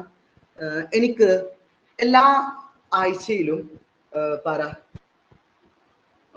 ഞാൻ ഇതിൽ ഒരാളെ എടുക്കട്ടെ കേട്ടോ, മുഷീർ എന്ത് ചെയ്യുന്നുണ്ട്, എല്ലാ വീക്കിലും എനിക്ക് എൻ്റെ ഷോപ്പിലേക്ക് ആവശ്യമായിട്ടുള്ള ഗുഡ്സ് എത്തിക്കുന്നത് മുഷീറ. അപ്പോൾ ഞാനും മുഷീറും നമ്മളൊരു കോൺട്രാക്ട്, ഇവിടെ മുഷീറയാണ് സാധനങ്ങൾ എത്തിക്കുന്നത് അല്ലെ. അപ്പൊ മുഷീറിനെ നമുക്ക് ക്രെഡിറ്റർ എന്ന് വിളിക്കാം, ഞാനാണ് സാധനം വാങ്ങുന്ന ആള്, അപ്പൊ എന്നെ എന്ത് വിളിക്കാം, നമ്മളെ പ്രിൻസിപ്പൽ ഡെപ്റ്റ് എന്ന് വിളിക്കാം. എന്നിട്ട് എന്ത് ചെയ്യാണ്, ഞാൻ മുസൈനനെയും കൂടെ ഇതിലേക്ക് ഇൻവോൾവ് ആക്കുകയാണ്. ഞാനും മുസൈനയും തമ്മിൽ അറിയുന്ന ആളുകളാണ്, ഫ്രണ്ട്സ് ആണ്. അപ്പൊ ഞാൻ മുസൈനോട് പറയാണ്, ആരാ നമ്മളെ മുഷീറ പൈസ തന്നിട്ടില്ലെങ്കിൽ, സോറി മുഷീറ പറയാണ്, മുസൈന പൈസ തന്നിട്ടില്ലെങ്കിൽ, സോറി ആരല്ല, സോറി മുസൈൻ അല്ല, ഞാൻ പൈസ തന്നിട്ടില്ലെങ്കിൽ അത് ആരേറ്റെടുക്കും, മുസൈന ഏറ്റെടുക്കും എന്ന് പറഞ്ഞിട്ട് അവള് ഗ്യാരണ്ടി നിൽക്കുകയാണ്. മുസൈന ഇതിൽ ഗ്യാരണ്ടി നിൽക്കുകയാണ്. അപ്പോ ഇവിടെ മുസൈനെ വിളിക്കുന്ന പേരാണ് ഷുവർട്ടി എന്ന് പറയുന്നത്. ഞാൻ ചോദിക്കട്ടെ, ഈ ഒരു കേസില് ഒരു മാസത്തേക്ക് അല്ലെങ്കിൽ ഒരാഴ്ചത്തേക്ക് മാത്രമല്ല ഞങ്ങളുടെ ഗ്യാരണ്ടി ഉള്ളത്, ശ്രദ്ധിച്ചോളി. കാരണം എല്ലാ ആഴ്ചയിലും മുഷീർ എനിക്ക് സാധനം ഒന്ന് തരുന്നുണ്ട് അല്ലെ. കാലത്തേക്കാണോ ഞങ്ങൾ ആ ഒരു ഡീലിങ്സ് നടത്തുന്നത്, ആ ട്രാൻസാക്ഷൻ നടത്തുന്നത്, അത്രയും കാലത്തേക്ക് ഈ കോൺട്രാക്ട് നിലനിൽക്കും. അപ്പോൾ ഒരാഴ്ചയിൽ ഇപ്പോ എല്ലാ തിങ്കളാഴ്ച എനിക്ക് സാധനം എത്തിച്ചേരുന്നുണ്ട്. അപ്പൊ എല്ലാ തിങ്കളാഴ്ചയും എന്തുണ്ട്, ഈ ഒരു കോൺട്രാക്ട് കണ്ടിന്യൂ ചെയ്യുന്നുണ്ട്, തുടർന്നു പോകുന്നുണ്ട്. അപ്പൊ എത്ര കാലം ഞങ്ങൾ തമ്മിൽ ഇടപാട് നിലനിൽക്കുന്നുണ്ടോ അത്രയും കാലം എന്തുണ്ട്, ഈ കോൺട്രാക്ട് ഉണ്ട്. അപ്പൊ ഒരു സിംഗിൾ പർപ്പസിനല്ല, മറിച്ച് കണ്ടിന്യൂസ്ലി തുടർന്നുകൊണ്ടേയിരിക്കുന്ന, റിപ്പീറ്റ് ചെയ്തുകൊണ്ടേയിരിക്കുന്ന ഒരു കോൺട്രാക്ട് ആണ് രണ്ടാമത്തെ കണ്ടിന്യൂയിങ് കോൺട്രാക്ട് എന്ന് പറയുന്നത്. ഓക്കെ, അവിടെ ഒരു സിംഗിൾ പർപ്പസ് അല്ല, ഒരുപാട് കാലത്തേക്ക് എന്തുണ്ടാവും, ആ കോൺട്രാക്ട് നിലനിൽക്കും. അപ്പോ അതാണ് രണ്ടാമത്തെ. നോക്കിയേ, a guarantee which extend to a series of transactions. ഇതാണ് നിങ്ങൾ അതിൽ ഓർത്ത് വെക്കേണ്ടത്, സീരീസ് ഓഫ് ട്രാൻസാക്ഷൻ. ഒരുപാട് ട്രാൻസാക്ഷൻസുകൾക്ക് വേണ്ടിയിട്ട് എന്ത് ചെയ്യും, ഈ ഗ്യാരണ്ടി കണ്ടിന്യൂ ചെയ്യും, തുടർന്നുകൊണ്ടേയിരിക്കും. ദെൻ മൂന്നാമത്തത് റിട്രസ്പെക്റ്റീവ് ഗ്യാരണ്ടി. അതായത് where a guarantee is given for existing ഡെപ്റ്റ് ഈസ് കോൾഡ് റിട്രസ്പെക്റ്റീവ് ഗ്യാരണ്ടി. അതായത് നിലവിലുള്ള കടത്തിന്റെ മുകളിൽ, ഓൾറെഡി പുതിയ കട അല്ല കേട്ടോ. സപ്പോസ് ഓക്കെ, ടെക്സ്റ്റിൽ രണ്ടെണ്ണേ പറഞ്ഞിട്ടുള്ളൂ അല്ലെ, ഏതൊക്കെ, സ്പെസിഫിക്കും കണ്ടിന്യൂയും. ആ കുഴപ്പമില്ല, അതും കൂടെ ഒന്ന് നോക്കിക്കോളി, കുറച്ചധികം പഠിച്ചോട്ടെ, പ്രശ്നമൊന്നുമില്ല. ടൈപ്സ് ഓഫ് ഗ്യാരണ്ടി ചോദിച്ചാൽ എന്ത് ചെയ്യാറ്, ഇതൊക്കെ നിങ്ങളായിട്ട് ആഡ് ചെയ്യുക, നമ്മൾ ടെക്സ്റ്റിലുള്ള മാത്രം ആക്കണ്ട. ഓക്കെ, ടെക്സ്റ്റിൽ രണ്ടെണ്ണേ പറഞ്ഞിട്ടുള്ളൂ അല്ലെ, ആ കുഴപ്പമൊന്നുമില്ല, നിങ്ങൾ എക്സ്ട്രാ കുറച്ചും കൂടെ പിടിച്ചോളി. സംഭവം രസമാണ്, സിമ്പിൾ ആണ്, വലിയ കുഴപ്പമൊന്നുമില്ല കേട്ടോ. അപ്പോ മൂന്നാമത്തത് റെട്രോസ്പെക്റ്റീവ് ഗ്യാരണ്ടി പറഞ്ഞാൽ എക്സിസ്റ്റിംഗ് ഡെപ്റ്റിന്റെ മുകളിൽ, നിലവിലുള്ള ഡെപ്റ്റിന്റെ മുകളിൽ ഗ്യാരണ്ടി. അപ്പൊ ഓൾറെഡി ഡെപ്റ്റ് അവിടെ ഉണ്ടായിട്ടുണ്ട്. ഇപ്പൊ ഞാനും ഒരു ഉദാഹരണം, ഞാനും അർഷയും തമ്മിൽ, ഞാൻ അർഷയ്ക്ക് പണം കടം കൊടുത്തിട്ടുണ്ട്, അപ്പൊ ഞാൻ ആരാണ്, ക്രെഡിറ്റർ ആണ്, അർഷ എന്റെ ഡെപ്റ്റർ ആണ്. ഓക്കെ, അത് ഓൾറെഡി കഴിഞ്ഞ മാസം ഞങ്ങൾ പൈസ കട കൊടുത്തിട്ടുണ്ട്, ആ ഡീലിങ്സ് നടത്തിയിട്ടുണ്ട്. അപ്പൊ ഓൾറെഡി ആ ഡെപ്റ്റ് അവിടെ നിലനിൽക്കുന്നുണ്ട്. എന്നിട്ട് ഞാൻ എന്താണ്, ഈ മാസം ഒരാള് ഉഷാ മാമിനെ വിളിച്ചിട്ട് പറയാണ്, എന്ത് ചെയ്യണം, ഇവൾക്കെതിരെ, അതായത് ഹർഷക്കെതിരെ എന്ത് ചെയ്യണം, നിങ്ങൾ എന്റെ ഷുവർട്ടി ആയിട്ട് മാറണം. അപ്പൊ ഇവിടെ എക്സിസ്റ്റിംഗ് ഡെപ്റ്റ് ഓൾറെഡി ഉണ്ട്, പുതിയ ഡെപ്റ്റ് അല്ല, പുതുതായിട്ട് നിങ്ങൾ പൈസ വാങ്ങുന്നതോ കൊടുക്കുന്നതോ അല്ല, ഓൾറെഡി ഉള്ള ഒരു ഡെപ്റ്റിന്റെ മുകളിൽ എന്ത് ചെയ്യാണ്, ഗ്യാരണ്ടി കൊണ്ടുവരികയാണ്. അതിനാണ് റിട്രോസ്പെക്റ്റീവ് ഗ്യാരണ്ടി എന്ന് പറയുന്നത്. അപ്പൊ കഴിഞ്ഞ മാസം ഞങ്ങൾ ഇടപാടൊക്കെ നടത്തിയിട്ടുണ്ട്, ഓൾറെഡി ഉള്ള ഒരു ഡെപ്റ്റിന്റെ മുകളിലാണ് ഇവിടെ ഗ്യാരണ്ടി കൊണ്ടുവരുന്നത്. എക്സിസ്റ്റിംഗ് ഡെപ്റ്റ് എന്നുള്ളത് ഓർത്ത് വെക്കുക കേട്ടോ, അതിനെയാണ് റിട്രോസ്പെക്റ്റീവ് ഗ്യാരണ്ടി എന്ന് പറയുന്നത്. ദെൻ നാലാമത്തത് പ്രോസ്പെക്റ്റീവ് ഗ്യാരണ്ടി. അവിടെ when guarantee is given to future ഡെപ്റ്റ്, ഇതിന്റെ നേരെ ഓപ്പോസിറ്റ്. റെട്രോസ്പെക്റ്റീവ് എന്ന് പറഞ്ഞാൽ ഓൾറെഡി ഉള്ള ഡെപ്റ്റ് എന്നാ പറഞ്ഞത്. എന്നാൽ പ്രോസ്പെക്റ്റീവ് ഗ്യാരണ്ടി ആണ് അവിടെ ഫ്യൂച്ചർ ഡെപ്റ്റ്, നിലവിൽ ഡെപ്റ്റ് ഉണ്ടായിട്ടില്ല, അടുത്ത മാസമാണ് ഞാൻ പൈസ കൊടുക്കുന്നത്. ഹർഷക്ക് അടുത്ത മാസം അഥവാ ഇത് ഓഗസ്റ്റ് അല്ല, സെപ്റ്റംബറിലാണ് ഞാൻ ക്യാഷ് കൊടുക്കുന്നത്. അപ്പൊ അടുത്ത മാസം നടക്കുന്ന ഒരു കോൺട്രാക്റ്റിന് വേണ്ടിയിട്ട് ഇപ്പൊ തന്നെ എന്ത് ചെയ്യണം, നമ്മളൊരു ഗ്യാരണ്ടി ഉണ്ടാക്കുകയാണ്. അടുത്ത മാസമാണ് ഞാൻ അവൾക്ക് പൈസ കൊടുക്കുന്നത്. അതിനുവേണ്ടി ഉഷാമേമിനെ അപ്പൊ തന്നെ വിളിച്ചിട്ട് ഷുവർട്ടി ആക്കി വെക്കുകയാണ്. ഓക്കെ, അപ്പൊ വരാൻ പോകുന്ന ഒരു ഡെപ്റ്റ്, അതാണ് ഫ്യൂച്ചർ ഡെപ്റ്റ് എന്ന് പറയുന്നത്. ആ ഫ്യൂച്ചർ ഡെപ്റ്റിന് വേണ്ടിയിട്ട് ഒരു ഗ്യാരണ്ടി ഉണ്ടാക്കുന്നതിനെയാണ് പ്രോസ്പെക്റ്റീവ് ഗ്യാരണ്ടി എന്ന് പറയുന്നത്. then അഞ്ചാമത് അബ്സല്യൂട്ട് ഗ്യാരണ്ടി. നോക്കിയേ, ഇതില് അൺകണ്ടീഷണലി പ്രോമിസ് അഥവാ ഷുവർട്ടി പ്രത്യേകം കണ്ടീഷൻ ഒന്നും പറയുന്നില്ല. അതായത് ഇപ്പൊ സപ്പോസ് ഞാനും ഷഹനാഷറും തമ്മിലൊരു കോൺട്രാക്ട് ഉണ്ടാക്കുകയാണ്. ഒരു 5 ലക്ഷത്തിനാണ് ഞങ്ങൾ പൈസ കടം കൊടുക്കുന്നത്. അപ്പൊ അതിന് ഒരു ഷുവർട്ടിനെ വിളിക്കുകയാണ്. അപ്പൊ ഷുവർട്ടി പറയണം, ഷുവർട്ടി ഇങ്ങനെ കണ്ടീഷൻ വെക്കാം കേട്ടോ, 5 ലക്ഷം ഒന്നും എനിക്ക് ഗ്യാരണ്ടി നിൽക്കാൻ പറ്റില്ല, ആണെങ്കിൽ ഒരു 2 ലക്ഷത്തിനൊക്കെ ഞാൻ ഗ്യാരണ്ടി നിൽക്കാം. അങ്ങനെ ഒരു കണ്ടീഷൻ വെക്കുകയാണെങ്കിൽ അതിനെ വിളിക്കുന്ന പേരാണ് കണ്ടീഷണൽ ഗ്യാരണ്ടി. ആറാമത്തെ കേട്ടോ, അങ്ങനെ ഒരു കണ്ടീഷൻ വെക്കുകയാണെങ്കിൽ അങ്ങനെ വെക്കാട്ടോ, അങ്ങനെ ഓപ്ഷൻ ഉണ്ട്. ആർക്ക്? നമ്മൾ ഷുവർട്ടിക്ക് ഒരു ഓപ്ഷൻ ഉണ്ട്, കണ്ടീഷൻ വെക്കാം. ഇപ്പൊ ഷുവർട്ടി പറയാണ് 2 ലക്ഷം വരെയൊക്കെ ഞാൻ എന്ത് ചെയ്യാം, ഗ്യാരണ്ടി നിൽക്കാം, ബാക്കി എന്നെ കൊണ്ട് പറ്റൂല. അപ്പൊ അങ്ങനെ ഒരു കണ്ടീഷൻ വെക്കുന്ന ഗ്യാരണ്ടിയാണ് കണ്ടീഷണൽ ഗ്യാരണ്ടി എന്ന് പറയുന്നത്. കണ്ടീഷണൽ ഗ്യാരണ്ടി എന്ന് പറയുന്നത്. അല്ലെങ്കിൽ വേറൊരു പറയാണ്, ഒരു നമ്മളെ ഷുവർട്ടി പറയാണ്, എനിക്ക് ഒറ്റയ്ക്ക് ഇത് സഹിക്കാൻ പറ്റൂല, എനിക്ക് കോ ഷുവർട്ടീസിനെയും കൂടെ തരണം, 2 കോ ഷുവർട്ടീസിനെയും കൂടെ തരണം. 5 ലക്ഷത്തിന് ഇടപാട് നടത്തുന്നത്. അപ്പൊ ഷുവർട്ടി പറയണം എനിക്ക് ഒറ്റയ്ക്ക് ഇത് സഹിക്കാൻ കഴിയില്ല, 2 കോ ഷുവർട്ടീനും കൂടെ തരണം എന്ന് പറയും. അത് അവൻ കണ്ടീഷൻ വെക്കുകയാണ്. അപ്പൊ എന്ത് ചെയ്യും, നമ്മള് ടോട്ടൽ 3 ഷുവർട്ടീസ് ഉണ്ടാവും അല്ലെ, ഒരു മെയിൻ ഷുവർട്ടി 2 കോ ഷുവർട്ടീസും, അപ്പൊ 3 ആളുണ്ടാവും. അപ്പൊ എങ്ങാനും ഡിഫോൾട്ട് വരുത്തിയാൽ ഈ 3 ആളും കൂടെ കൂടിയിട്ട് എന്ത് ചെയ്യാം, പൈസ തിരിച്ചു കൊടുത്താൽ മതി. അങ്ങനെ ഒരു ഓപ്ഷൻ ഉണ്ട്. അങ്ങനെ എന്തെങ്കിലും കണ്ടീഷൻ വെച്ചാൽ, 2 കണ്ടീഷൻസ് ഞാൻ പറഞ്ഞു. ഒന്ന് എന്ത് ചെയ്യാണ്, ഷുവർട്ടി പറയണം എനിക്ക് ആരും വേണം, കോ ഷുവർട്ടീസും കൂടെ വേണം എന്ന് പറയണം. അല്ലെങ്കിൽ മറ്റൊന്ന് പറയാണ്, എനിക്ക് അത്ര എമൗണ്ട് ഒന്നും സഹിക്കാൻ പറ്റൂല, അതിൽ കുറച്ചൊരു എമൗണ്ട് പറയാണ്, ആ എമൗണ്ട് എനിക്ക് സഹിക്കാൻ പറ്റുള്ളൂ, ഗ്യാരണ്ടി തരാൻ പറ്റുള്ളൂ. അങ്ങനെ എന്തെങ്കിലും കണ്ടീഷൻ വെച്ച് ചെയ്യുന്ന ഗ്യാരണ്ടിക്കാണ് കണ്ടീഷണൽ ഗ്യാരണ്ടി എന്ന് പറയുന്നത്. ഇത് കണ്ടീഷൻ വെക്കുന്ന ആളാരാ, ഷുവർട്ടി ആയിരിക്കും കേട്ടോ, ഷുവർട്ടി ആയിരിക്കും. ഇതൊക്കെ കണ്ടീഷൻ ഷുവർട്ടിക്ക്, മറ്റൊരുക്കൊന്നും പറ്റൂലേ, ഷുവർട്ടിക്കാണ് ഇവിടെ കണ്ടീഷൻ വെക്കാൻ പറ്റുക. ഇനി അങ്ങനെ ഒരു കണ്ടീഷൻ വെക്കാതുള്ള ഗ്യാരണ്ടിക്കാണ് അബ്സല്യൂട്ട് ഗ്യാരണ്ടി അറിയാം. ഓക്കെ, അവിടെ ഷുവർട്ടി എന്ത് ചെയ്യില്ല, അൺകണ്ടീഷണലി എന്ന് പറഞ്ഞാൽ ഒരു കണ്ടീഷനും വെക്കൂല. ആര്? ഷുവർട്ടിക്ക് അവിടെ ഒരു കണ്ടീഷനും വെക്കൂല. ഏതാണോ എന്താണോ അവിടെ പറയുന്നത് അതൊക്കെ ഞാൻ അക്സെപ്റ്റ് ചെയ്തു എന്നുള്ള രൂപത്തിലായിരിക്കും അവിടെ ഉണ്ടാവുക. then ഏഴാമത്തത് ഫിഡലിറ്റി ഗ്യാരണ്ടി. ഇതല്ല രസമുള്ള ഒരു കാര്യമായിട്ട്. ഫിഡലിറ്റി ഗ്യാരണ്ടി പറഞ്ഞാല് ഒരു വ്യക്തിയുടെ ഹോണസ്റ്റിക്ക് വേണ്ടിയിട്ട് ഞാൻ ഗ്യാരണ്ടി നിൽക്കുകയാണ്. ഹോണസ്റ്റി, അവിടെ പൈസ ഒന്നല്ല കേട്ടോ, ഹോണസ്റ്റിയാണ്. അതായത് ഇപ്പൊ ഞാൻ എന്റെ കോളേജിൽ വർക്ക് ചെയ്യുന്നുണ്ടല്ലോ, ഞാൻ എന്ത് ചെയ്യാണ്, എന്റെ കോളേജിലേക്ക് ഒരു ഫാക്കൽറ്റി ആവശ്യമാണെന്ന് പറയുന്നത്. അപ്പൊ ഞാൻ സെഹ്റനെ എന്ത് ചെയ്യാണ്, എന്റെ കോളേജിലേക്ക് ഒരു ഫാക്കൽറ്റി ആയിട്ട് നിയമിക്കുകയാണ്. അപ്പൊ ഞാൻ എന്റെ മാനേജ്മെന്റിനോട് പറയാണ്, സെഹ്റൻ എനിക്ക് അത്രയും അറിയുന്ന ആളാണ്, അപ്പൊ അവരുടെ ഒരു മിസ്റ്റേക്ക് ഉണ്ടാവില്ല, അവരുടെ നിന്ന് എന്ത് മിസ്റ്റേക്ക് ഉണ്ടായാലും അത് ഞാൻ സഹിക്കാം, ഞാൻ അത് ഏറ്റെടുത്തോളാം എന്ന് ഞാൻ ഗ്യാരണ്ടി വെക്കുക. അപ്പൊ നോക്കിയേ, ഇവിടെ പകരം ഞാൻ പൈസ ഒന്നും കൊടുക്കുന്നില്ല. എന്താണ്, സെഹ്റ എന്ന് പറയുന്ന വ്യക്തിയുടെ ഹോണസ്റ്റി അല്ലെ, ആ ഹോണസ്റ്റി ബേസ് ചെയ്തിട്ടാണ് ഞാൻ ഇവിടെ ഗ്യാരണ്ടി വെക്കുന്നത്. അവരുടെ വിശ്വസ്തത അല്ലെ, അവരുടെ സ്വഭാവം, അവരുടെ ബിഹേവിയർ, അത് ബേസ് ചെയ്തിട്ടാണ് ഞാൻ അവിടെ ഗ്യാരണ്ടി വെക്കുന്നത്. അതാണ് ഫിഡിലിറ്റി ഗ്യാരണ്ടി എന്ന് പറയുന്നത്. അപ്പൊ അവിടെ നമ്മൾ പൈസയും അല്ലെങ്കിൽ പണം അതൊന്നല്ല മാനദണ്ഡം. അവിടെ എന്താണ്, ഹോണസ്റ്റിക്ക് വേണ്ടിയിട്ടാണ് ഗ്യാരണ്ടി വെക്കുന്നത്. ഇനി സപ്പോസ് അങ്ങനെ സെഹ്റിനെ എന്റെ കോളേജിൽ അപ്പോയിന്റ് ചെയ്തു, സെഹ്റിന്റെ അടുത്ത് എന്തെങ്കിലും മിസ്റ്റേക്ക് വന്നാൽ ആരും ബാധ്യസ്ഥനാണ്, ഞാനും ബാധ്യസ്ഥനാണ്. കാരണം എന്റെ പറച്ചിൽ കേട്ടിട്ടാണ് അവര് സെഹ്റയെ അപ്പോയിന്റ് ചെയ്തിട്ടുള്ളത്. ഓക്കെ, അപ്പൊ അങ്ങനെ ഒരാളുടെ വിശ്വസ്തതക്ക് വേണ്ടിയിട്ട്, വിശ്വസ്തതയുടെ മേലില്, അത് ജോലി സ്ഥലത്തൊക്കെയാണ് ഈ ഒരു കാര്യം വരാറുള്ളത്. ആ വിശ്വസ്തതക്ക് വേണ്ടിയിട്ട് ഒരു ഗ്യാരണ്ടി പറഞ്ഞാൽ നമ്മൾ ഹോണസ്റ്റി ഗ്യാരണ്ടി എന്ന് വിളിക്കുന്നത്. ഈ ടൈപ്സ് ക്ലിയർ അല്ലേ, റെഡി അല്ലേ? ഒന്നും കൂടെ ഒന്ന് ഓടിച്ചു പറയണോ ടൈപ്സ്? ഒന്നും കൂടെ പറയണോ? ജസ്റ്റ് പറഞ്ഞോളൂ. ഓക്കെ, ക്ലിയർ ആണ്. റെസ്റ്റ് നമുക്ക് ഇത് കഴിഞ്ഞിട്ട് എടുക്കാം. Okay, ready. അപ്പൊ ഞാൻ ജസ്റ്റ് ഒന്ന് ഓടിച്ച് പറയാം കേട്ടോ. ഒന്ന് സ്പെസിഫിക് ഗ്യാരണ്ടി പറഞ്ഞാല് ഒരു സിംഗിൾ പർപ്പസിന് വേണ്ടിയിട്ട് നമ്മൾ ഗ്യാരണ്ടി വെക്കുക അല്ലെ, ഒരൊറ്റ ഇടപാട്, ഒരൊറ്റ ട്രാൻസാക്ഷൻസിന് വേണ്ടി മാത്രം ഗ്യാരണ്ടി വെക്കുന്നതാണ് സിംഗിൾ ഗ്യാരണ്ടി അറിയുന്നത്. 2 കണ്ടിന്യൂയിങ് ഗ്യാരണ്ടി, അവിടെ ഒരു സീരീസ് ഓഫ് ട്രാൻസാക്ഷൻസ് ഉണ്ടാവും, ഒന്നിലധികം ട്രാൻസാക്ഷൻസ് അവിടെ ഉണ്ടാവും. അങ്ങനെ വെക്കുന്ന ഗ്യാരണ്ടിയാണ് കണ്ടിന്യൂയിങ് ഗ്യാരണ്ടി. അത് മൂന്നാമത്തത് റിട്രസ്പെക്റ്റീവ് ഗ്യാരണ്ടി. അവിടെ നിലവിലുള്ള ഒരു ഡെപ്റ്റിന്റെ മുകളിൽ, ഇപ്പൊ നിലവിലുള്ള ഒരു ഡെപ്റ്റ് അഥവാ പാസ്റ്റിൽ കഴിഞ്ഞു പോയ ഒരു ഡെപ്റ്റ് ആണ്, ആ ഡെപ്റ്റിന്റെ മുകളിൽ നമ്മൾ ഗ്യാരണ്ടി വെക്കുന്നതാണ് റിട്രസ്പെക്റ്റീവ് ഗ്യാരണ്ടി. ദെൻ നാലാമത്തത് പ്രോസ്പെക്റ്റീവ് ഗ്യാരണ്ടി. അത് ഫ്യൂച്ചറിൽ വരുന്ന ഒരു ഡെപ്റ്റ്, നിലവിൽ ഉണ്ടായിട്ടില്ല, ഫ്യൂച്ചറിലാണ് ഡെപ്റ്റ് വരുന്നത്. അപ്പൊ അതിന് വേണ്ടിയിട്ട് നമ്മൾ വെക്കുന്ന ഗ്യാരണ്ടിയാണ് prospective guarantee. Then conditional guarantee, അഥവാ ഇവിടെ ഷുവർട്ടി കണ്ടീഷൻ വെക്കുകയാണ്, എന്തെങ്കിലും കണ്ടീഷൻസ് വെക്കുകയാണ്. അങ്ങനെ ഉണ്ടാവുന്ന ഗ്യാരണ്ടിയാണ് കണ്ടീഷണൽ ഗ്യാരണ്ടി.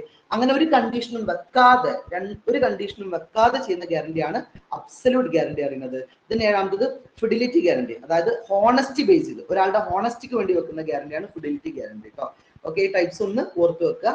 ഇനി അടുത്തത് റിവക്കേഷൻ ഓഫ് ഗ്യാരണ്ടി പിൻവലിക്കുക. റിവക്കേഷൻ എന്ന് പറഞ്ഞാൽ ആ ടേം നമ്മൾ മുമ്പ് പഠിച്ചിട്ടുണ്ട് അല്ലെ, വിഡ്രോ ചെയ്യുക അല്ലെങ്കിൽ ക്യാൻസൽ ചെയ്യുക. ഇതിപ്പോ ആരേക്കാരും ക്യാൻസൽ ചെയ്യുക? നമ്മുടെ ഷുവർട്ടിക്കാണ് ക്യാൻസൽ ചെയ്യാനുള്ള അധികാരം അല്ലെ.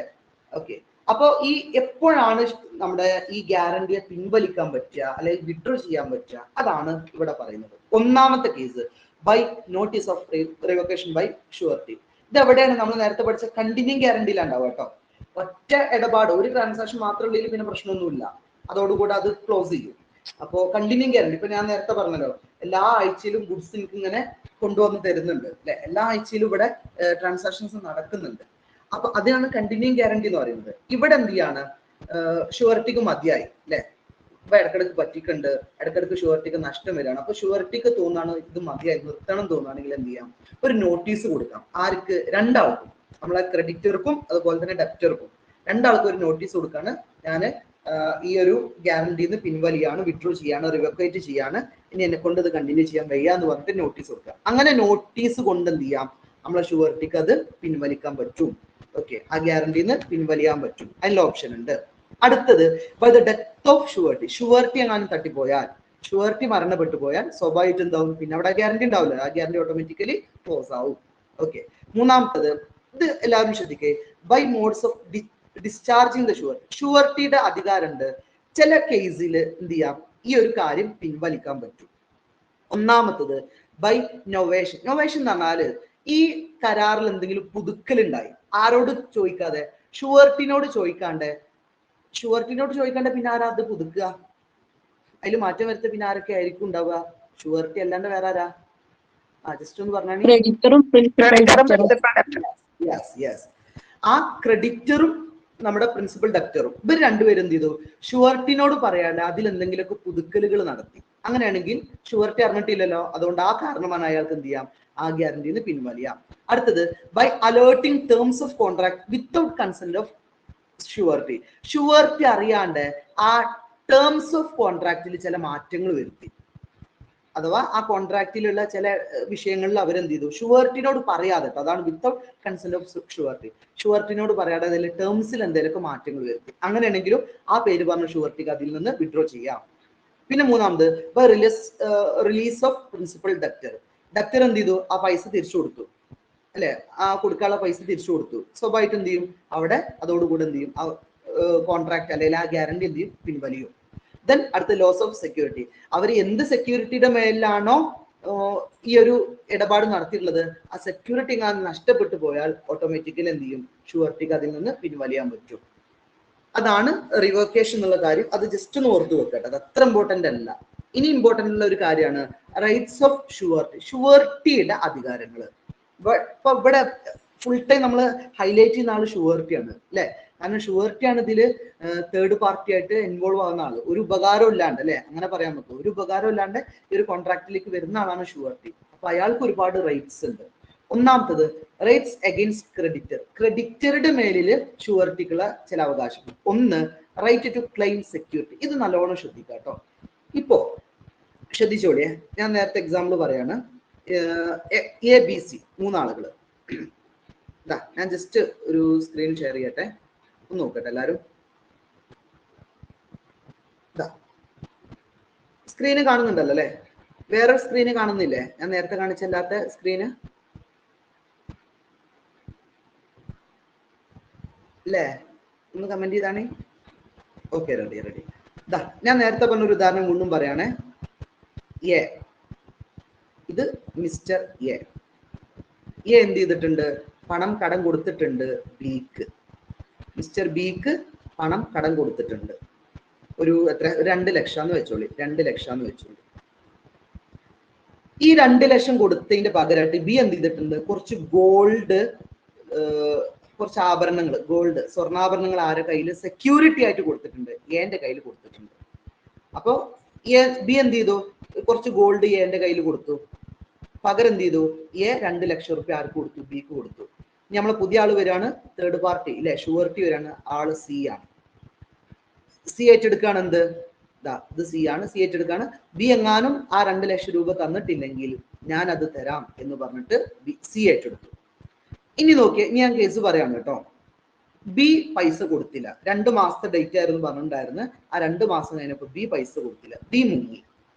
ബിന് ഒരു അഡ്രസ്സും ഇല്ല, വിളിച്ചിട്ടും കിട്ടുന്നില്ല, അവൻ എവിടെ പോയി ഒരു ഐഡിയ ഇല്ല. സ്വാഭാവികമായിട്ടും ആ പൈസ ആര് കൊടുക്കണം എന്ന് ടൈപ്പ് ചെയ്താണ്.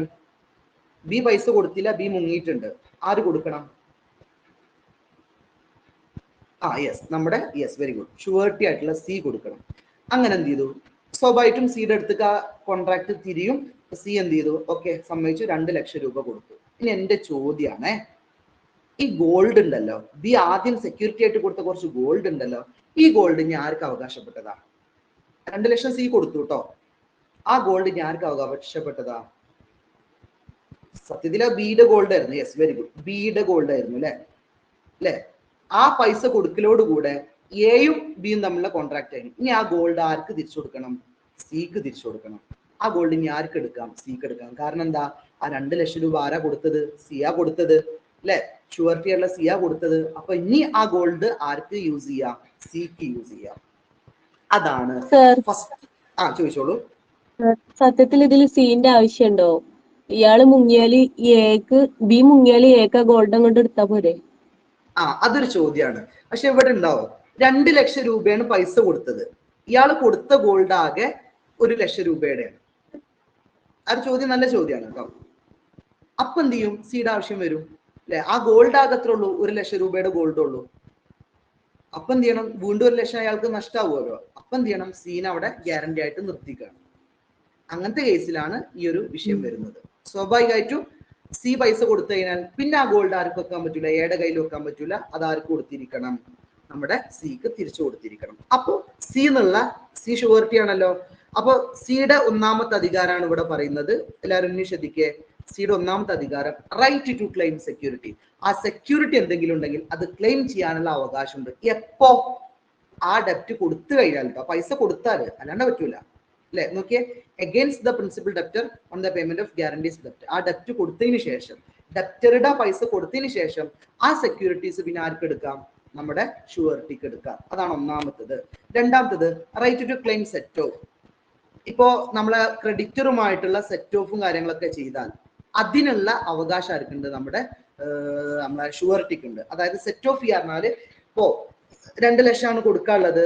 അപ്പൊ 2 ലക്ഷം വേണ്ട, അയാൾ പറഞ്ഞു എനിക്കൊരു 1.5 ലക്ഷം തന്നാൽ ഞാനത് സെറ്റ് ഓഫ് ചെയ്ത് തരാം, അത് ക്ലിയർ ചെയ്ത് തരാം. അങ്ങനെയൊക്കെ എന്തെങ്കിലും സെറ്റ് ഓഫ് ചെയ്യുകയാണെങ്കിൽ ആ സെറ്റ് ഓഫിനുള്ള അധികാരം ആർക്കുണ്ട്? ഷുവർട്ടിക്ക് ഉണ്ട്.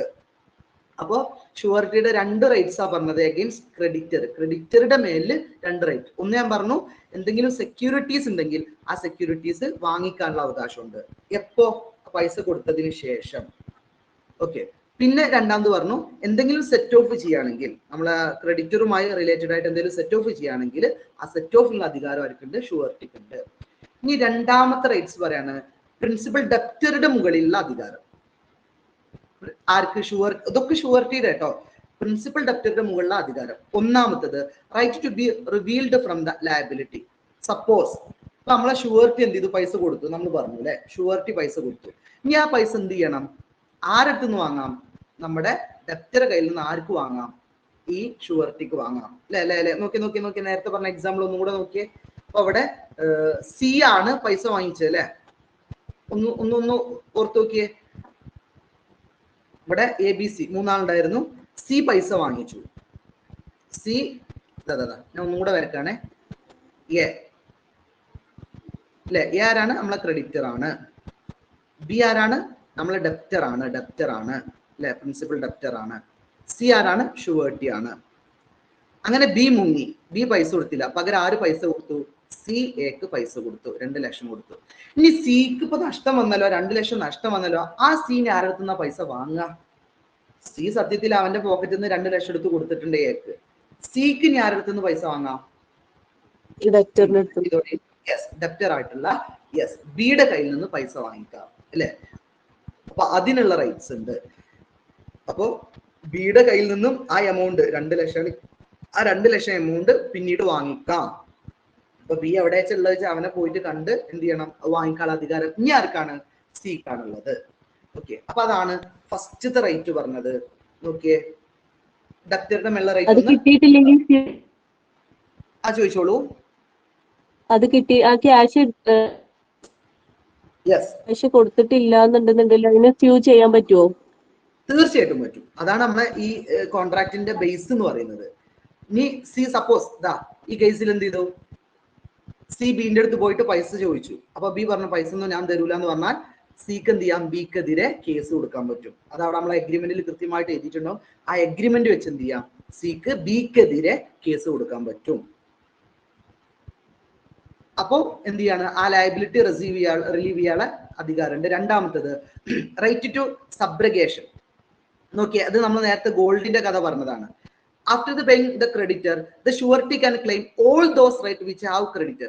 ക്രെഡിറ്റർക്ക് എന്തൊക്കെ അധികാരം ഉണ്ടോ ആ അധികാരക്കാരിലേക്ക് പോകും, ഷുവർട്ടിയിലേക്ക് പോകും. മനസ്സിലായിട്ടില്ല? ഒന്നുകൂടെ നോക്കിയേ, നമ്മൾ നേരത്തെ എക്സാമ്പിൾ നോക്കിയേ. അപ്പോ സി എക്ക് പൈസ കൊടുത്തു, അതോടുകൂടെ എ എന്തായി, അവിടുന്ന് ക്യാൻസൽ ആയി അല്ലെ. ഇനി എക്ക് പ്രശ്നമൊന്നുമില്ല, എ എന്ത് ചെയ്തിട്ടുണ്ട്, പൈസ കൊടുത്തിട്ടുണ്ട്, എ ഓക്കെ ആണ്.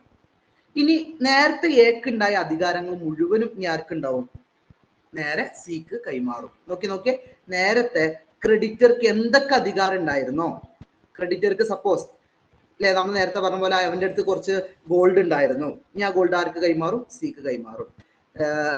എക്ക് ബിനോട് ചോദിക്കാൻ അധികാരം ഉണ്ടായിരുന്നു അല്ലെ, കാരണം അവനാണ് പൈസ തരാത്ത ആള്. ബിനോട് കൃത്യമായിട്ട് ചോദിക്കാനുള്ള അധികാരം ഉണ്ടായിരുന്നു, ആ അധികാരം ഇനി ആർക്ക് കൈമാറും, സിക്ക് കൈമാറും അല്ലെ. എക്ക് കേസ് കൊടുക്കാനുള്ള അധികാരം ഉണ്ടായിരുന്നു, ആ അധികാരം ഇനി ആർക്ക് കൈമാറും, സിക്ക് കൈമാറും. അതായത് സി പൈസ കൊടുക്കുന്നതോടുകൂടെ എ എന്നുള്ളതിന്റെ സ്ഥാനത്ത് ആര് വരും, സി എന്നുള്ള ഒരാൾ അവിടെ വരും. അഥവാ നമ്മളെ ഷുവർട്ടി ക്രെഡിറ്ററുടെ ആ പൊസിഷനിലേക്ക് വരും. ഇനി എ എന്നുള്ള സാധനം അവിടെ അല്ല കേട്ടോ, എ ക്യാൻസൽ ചെയ്തു. ഇനി ആര് തമ്മിലുള്ളൂ, സിയും ബിയും തമ്മിലുള്ളൂ. അപ്പോ നേരത്തെ എക്ക് ഉണ്ടായിരുന്ന അധികാരങ്ങളൊക്കെ ആർക്ക് പോകും, സിയിലേക്ക് കൈമാറും. യെസ്, അപ്പൊ അതാണ് ഇവിടെ ഓക്കെ.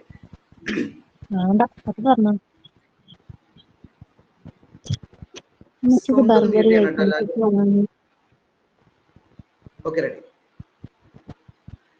മൂന്നാമത്തത് റൈറ്റ് ടു ഇൻഡെംനിറ്റി. ഇൻഡെംനിറ്റി ആണ് നോക്കിയേ, in every contract of guarantee there is a implied promise that principal debtor to indemnify the surety. ശ്രദ്ധിച്ചോളെ, ഡെപ്റ്റർ എന്ത് ചെയ്യണം, ഷുവർട്ടിക്ക് എന്തെങ്കിലും നഷ്ടം വന്നാൽ ആ നഷ്ടം പരിഹരിച്ചു കൊടുക്കണം. നമ്മൾ നേരത്തെ പറഞ്ഞു ഷുവർട്ടി ഒരു കാര്യമില്ലാണ്ടാണ് ഈ ഒരു കോൺട്രാക്റ്റിൽ ഇടപെടുന്നത് അല്ലെ.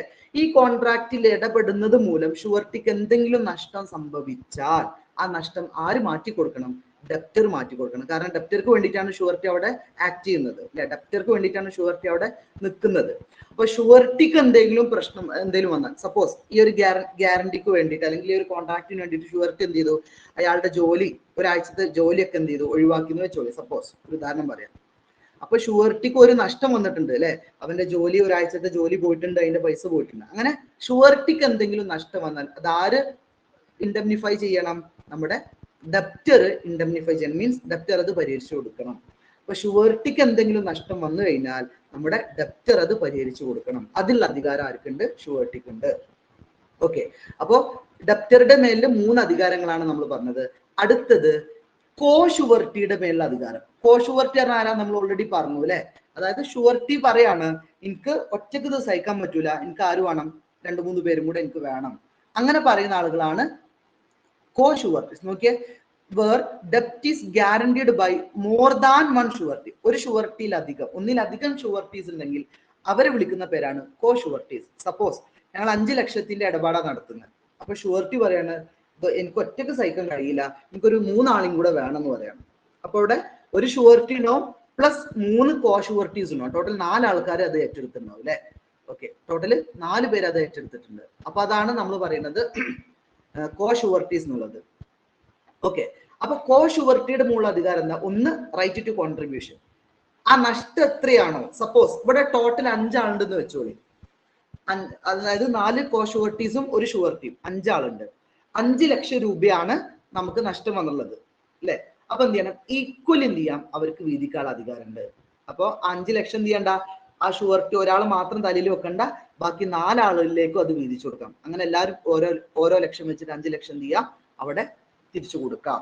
അതാണ് കോഷുവർട്ടിയുടെ ഒരു ബെനിഫിറ്റ്. അപ്പൊ ഒന്നുകൂടെ പറയാണ്, കോഷുവർട്ടിയുടെ മുകളിൽ എന്താണ് ആ കോൺട്രിബ്യൂഷൻ, അഥവാ പറ്റിച്ചു പോയാൽ, ഡെപ്റ്റർ പറ്റിച്ചു പോയാൽ ആ ഉണ്ടാകുന്ന നഷ്ടം എന്ത് ചെയ്യാം, അവർ ഈക്വലി എന്ത് ചെയ്യാം, അവർക്ക് കോൺട്രിബ്യൂട്ട് ചെയ്യാം.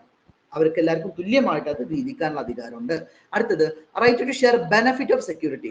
നമ്മൾ നേരത്തെ പറഞ്ഞില്ലേ, ഇപ്പൊ ഗോൾഡ് വാങ്ങി എന്ന് പറഞ്ഞു അല്ലെ.